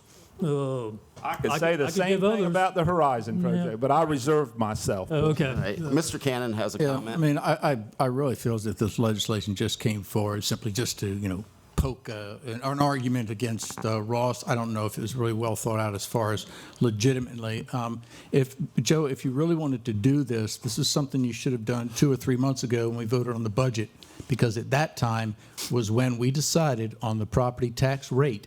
And if you seriously wanted to give a property tax rate adjustment, that's when you should have done it. John, this is for the future. We haven't done the Horizon yet. And what this says is future, if you read this, future to provide an equitable distribution. Right. So we do taxes every year. We decide on our tax rate every year. Right. So the next time we do this, we can decide this. You don't need a legislative bill, Joe. The next time we sit as a body to look at next year's budget, fiscal 22 budget, at that point in time, we will be asked, do we want to keep the tax rate as it is, or do we want to lower it? Let me finish. Or do we want to lower it for every citizen in Wicomico County? You do it through the tax rate adjustment. You don't have to do it in separate legislation. You don't have to, but you can. It's not required. I know it's not required, but you can, John. You don't even and this have, guarantees it gets done if it gets passed. Now I know it's not going to pass. I knew that when I put it in. I know you know that. And I don't like the fact that citizens, taxpayers' money have been used to have our county attorney put a legislative bill together over which we've never even had a work session on. John, you need to read the charter. It says that the attorney can work on a bill. Okay. It does say that, but but the public also depends on us to do that in a fiscally responsible way. Now, what I think Mr. Wilbur was very physically responsive. I don't think it took him very long. It was a very simple bill to write up. Money's money. I know if it were my money, I would not have asked him to do it, Joe. Another thing, too, is that this legislative bill does not talk about dates. It doesn't talk about amounts. It doesn't even have a fiscal note saying what the ramifications might be. That's a legislative bill. Because we just put it up here, John. We don't have it worked out yet.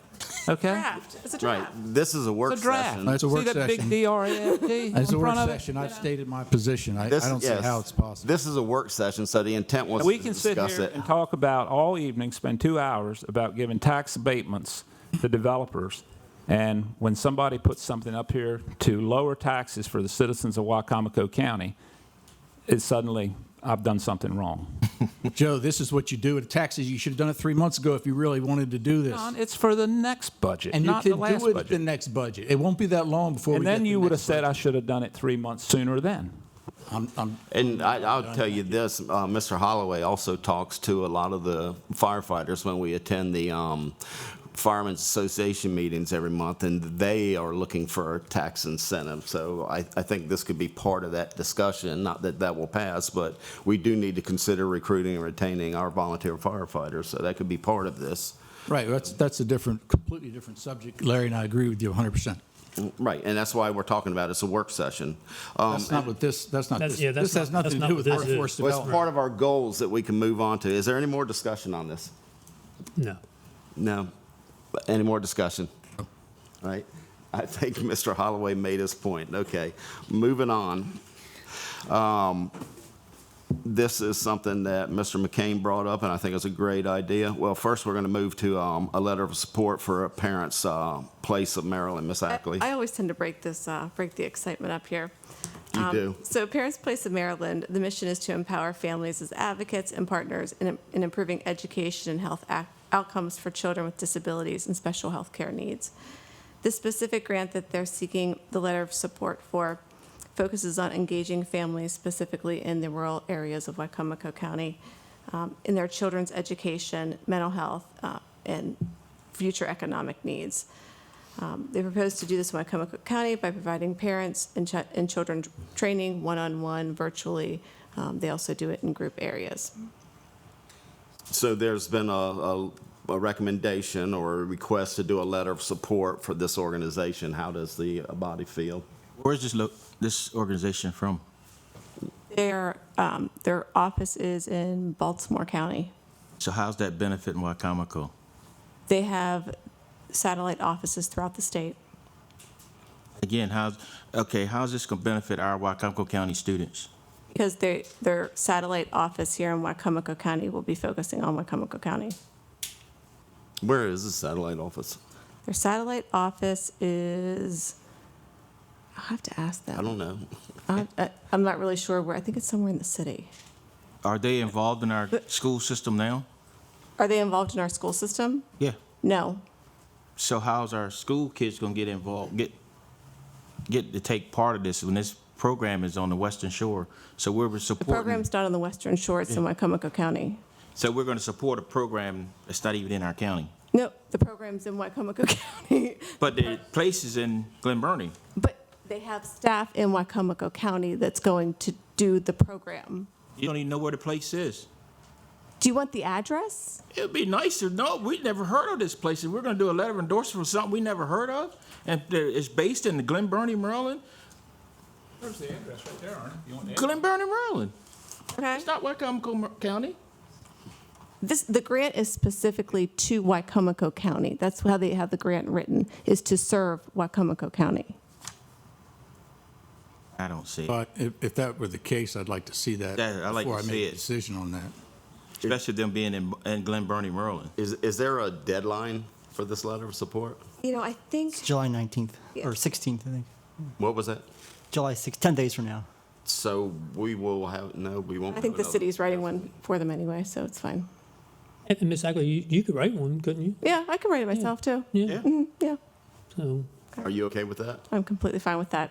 Okay. Obviously, I've done it in the past of writing one just for a good project that works. But I also just changes it's Rural Maryland Council, not Maryland Rural Council. Right. And then, and they should spell out the grant. This is for the Meridaf grant. And with no disrespect intended, but I believe that the letter should specifically say that it is your personal interest that this move forward, because I think sometimes letters have gone out before where someone misinterprets it and they think it's the council as a body. All right, Okay. very good. Right. All right. All right, thank you, Ms. Ackley. All right, now we're going to move on to the county council goals. Ms. McCain, would you like to lead this discussion? sure. We had talked about this at our last meeting about, we got several things on our plate right now. And, Ms. Hurley's done us the favor of, she's kind of given us some charts here to fill out our goals. I know in the sake of time, now that we have our charts, should we fill these out and maybe bring back at our next meeting, or we can throw a few of the main things out now if we want. Right, does anybody want to discuss, for me, one of the highest priorities, and Ms. Hurley discussed that last time, is water and sewer. Exactly right, or the Water and public sewer. sewer in the county, obviously. Right. But, some specific timeframes that we can, because we're so far behind on that issue, and there's some other variables that come with that. Because we have to, at the same time, be making sure that we're protecting our ag district as we do this, the whole zoning side of it as we expand sewer. But, once again, we don't have anybody here this evening. Ms. Hurley, when did Mr. Pasota say that they would be done with that consultant report? Yeah, really. I think he's expecting it any day. It was May or June, and then he wanted some additional time to review it before he presents it to the council. But he should have received it or should be expecting it any day. So are we going to get a copy of that when it's presented? So we can digest it, just like him? When it's We approved the funding for it, I would say. I think we should get a Well, copy. it didn't sound like we were going to get the copy at first. Yeah, my understanding was that he wanted time to review it before it was presented to council, so we would have to check with Mr. Pasota. Who approved the funding for it? Did we approve the funding for it? Call him tomorrow and tell him we want to see it. Right. Regarding goals, Yes, I sir. have about 17, which I'd be glad to share with the entire council. I'll just send you an email on it. It's getting really late. Yes, it is. And it is important, but we could certainly do this in another work session. But, simple goals like, wastewater, branding of Wicomico County as a whole, et cetera. But I'll send them out. I don't have a problem with that. And then Yeah, I got several, yeah, exactly, but I think maybe we all could share them, and then maybe write them, we got our charts now and stuff, and maybe we could put that on the agenda next time. Okay. Sounds good. You got anything else on that? No, I'm fine if we do, All right. if we do that. Thank you for bringing that up. I think it's something we need to stay on top of. Yes, definitely. All right. Any more discussion on that? All right. Next, the process for selecting the redistricting committee. We have several options. Mr. Hastings has an idea, and Mr. Holloway has an idea. So let's start with you, Mr. Hastings. Well, what I put forth last time, I don't have it in front of me, I think, maybe I do here, but was to, let's see, that they would basically use ranked choice voting, just like we did, essentially like we did for the other commission, which was the Charter Review Commission. So this situation, we would, the overall process was that we would get, three, we would choose three, this would be a 9-member commission, 3 Democrats, 3 independent or unaffiliated or third party, and then 3 Republican individuals, all on this redistricting commission. The process for which that we would then choose, the council would then, rank your top. I think Ms. Hurley put together a kind of a version of that based off of what I sketched up a while ago. Put it on the council table just yet. Okay. Pass it And we have some of these available, but basically that would be, here's my top choice as the Republican, here's my second top choice as a Republican, here's my third top choice, and for each individual council members. And then all at one time, we say, same thing for independent or unaffiliated, and then same thing for Democrats. This way, by doing this, we're not, and I wouldn't want to do it like we kind of last time ended up being a little bit of a horse trading. This would not be a situation. We would just simply write down of the candidates who have put their names forward to be a part of this. Here are the top 3 upon reviewing their, their resumes, their background, or who has interacted with them. And it's kind of a simple, that's what we did last time, was kind of ranked choice voting is officially what it's called. But it's basically, you get a point, your 3 points to the top candidates, 2 points to the second best candidate, and 1 point to the, so anyway, that is a process that would be helpful for, in this case, for keeping, this is supposed to be an independent redistricting commission, so this is trying to keep partisanship out of it. And as we had discussed before, we could have each council member choose somebody that they like, but that has an inherent problem with it in the sense that partisanship is a part of the equation.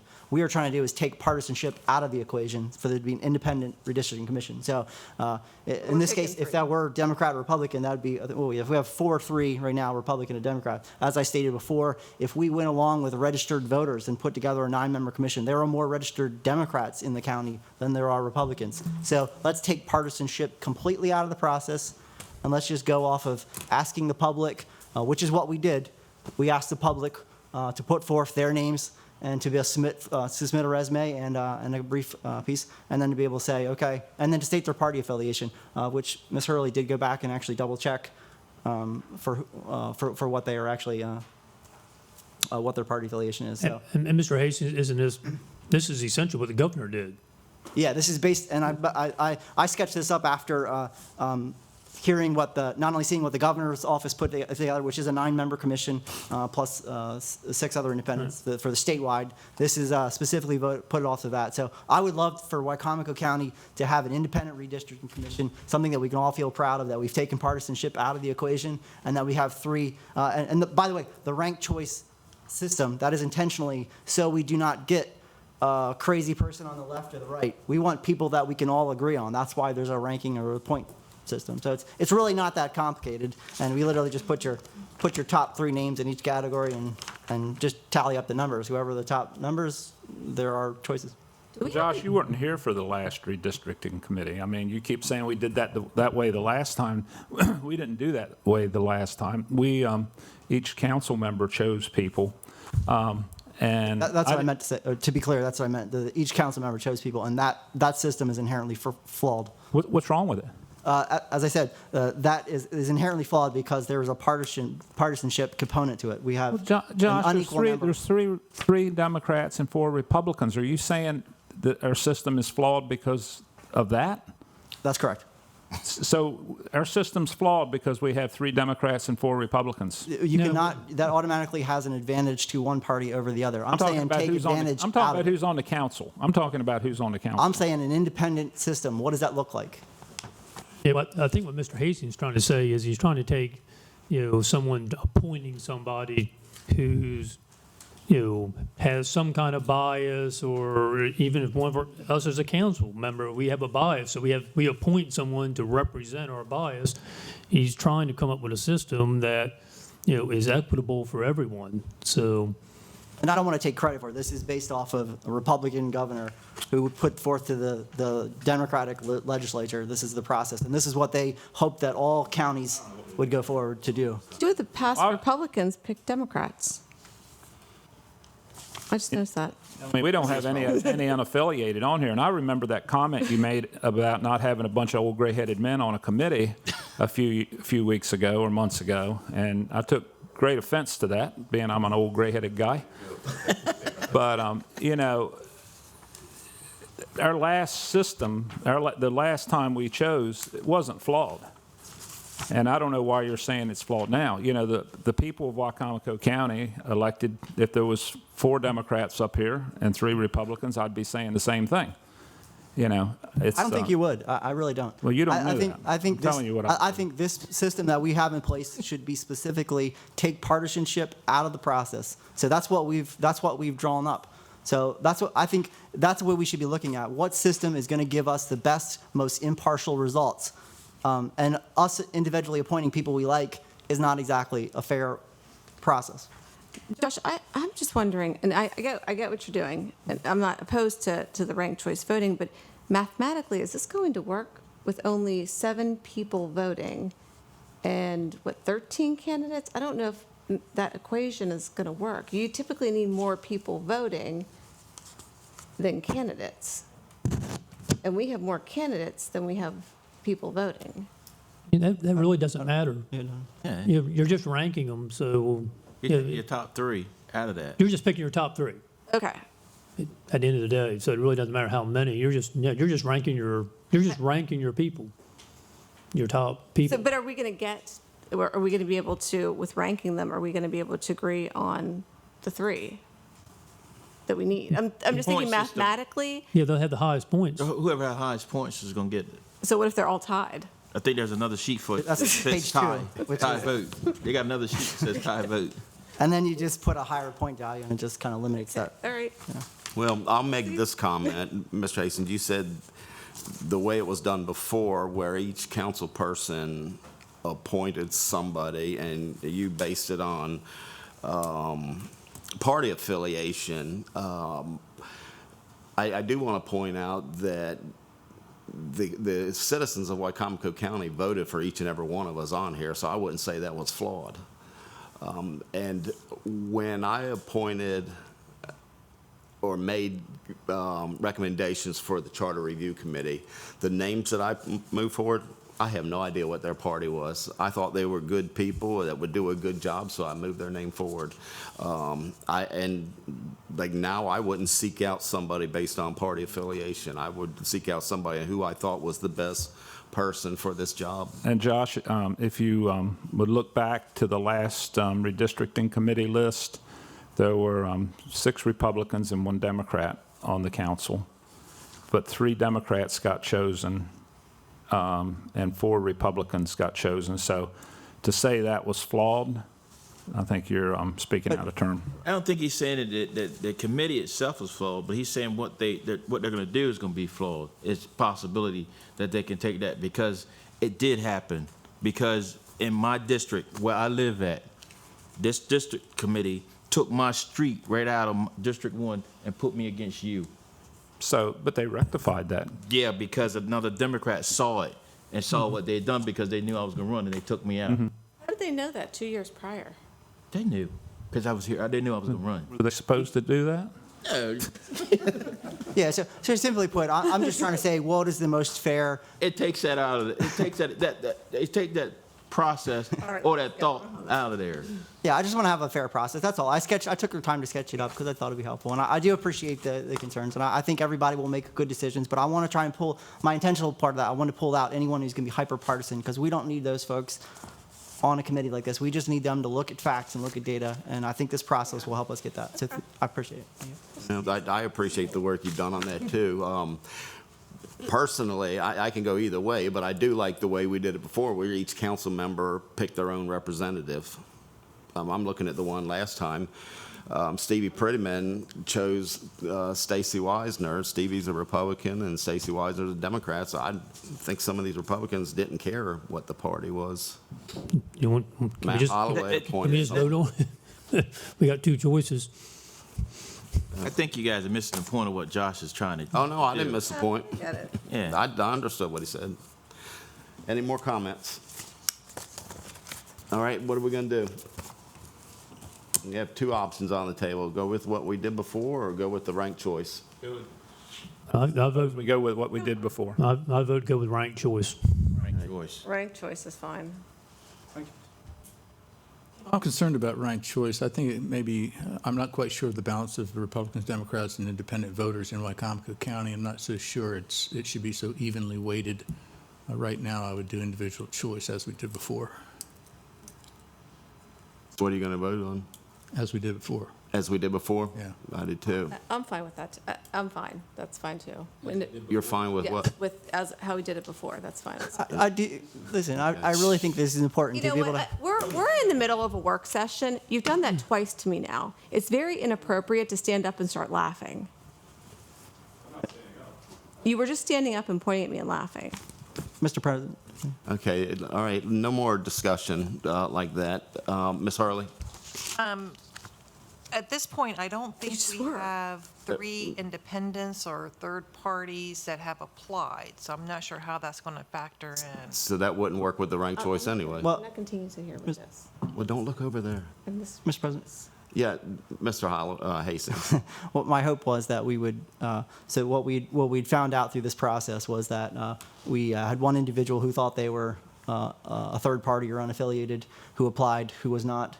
So what I would like to see was for us to open up for the next 2 weeks. Let's just open it up one more time to say, let's get to individuals who are unaffiliated, third party, or anything therein to apply, to actually put it out one more time, and then to do so, then we can choose from the names that are there. I do think that it's really important for Wicomico to really show that we embrace being as impartial and nonpartisan as possible, and I think that we can be an example that the rest of the shore counties could pay attention to.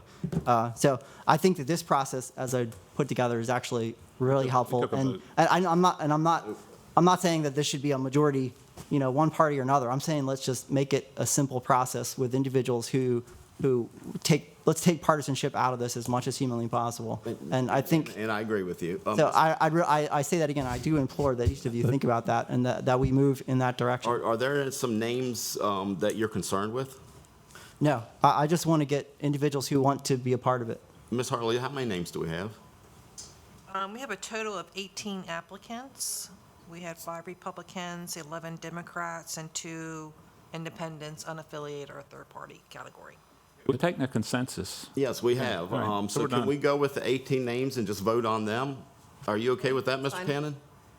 I'm okay with that. Okay, so we got the names. We put out a deadline for people to apply, and the majority, 4 people, said that they wanted to go with choosing a member. So I think every member should choose somebody from that list. Actually, that wasn't the case, but I changed my vote.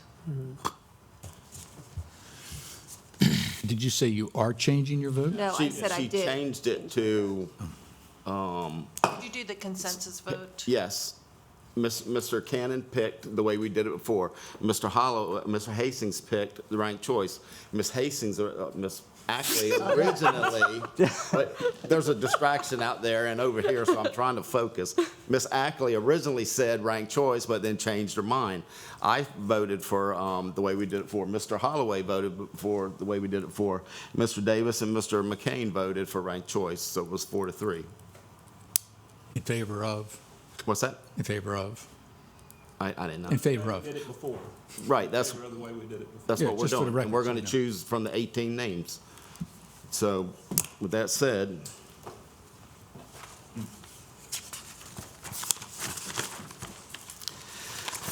that discussion is over, so now it's time to go to a closed work session. I need a motion. So moved. Thank you all.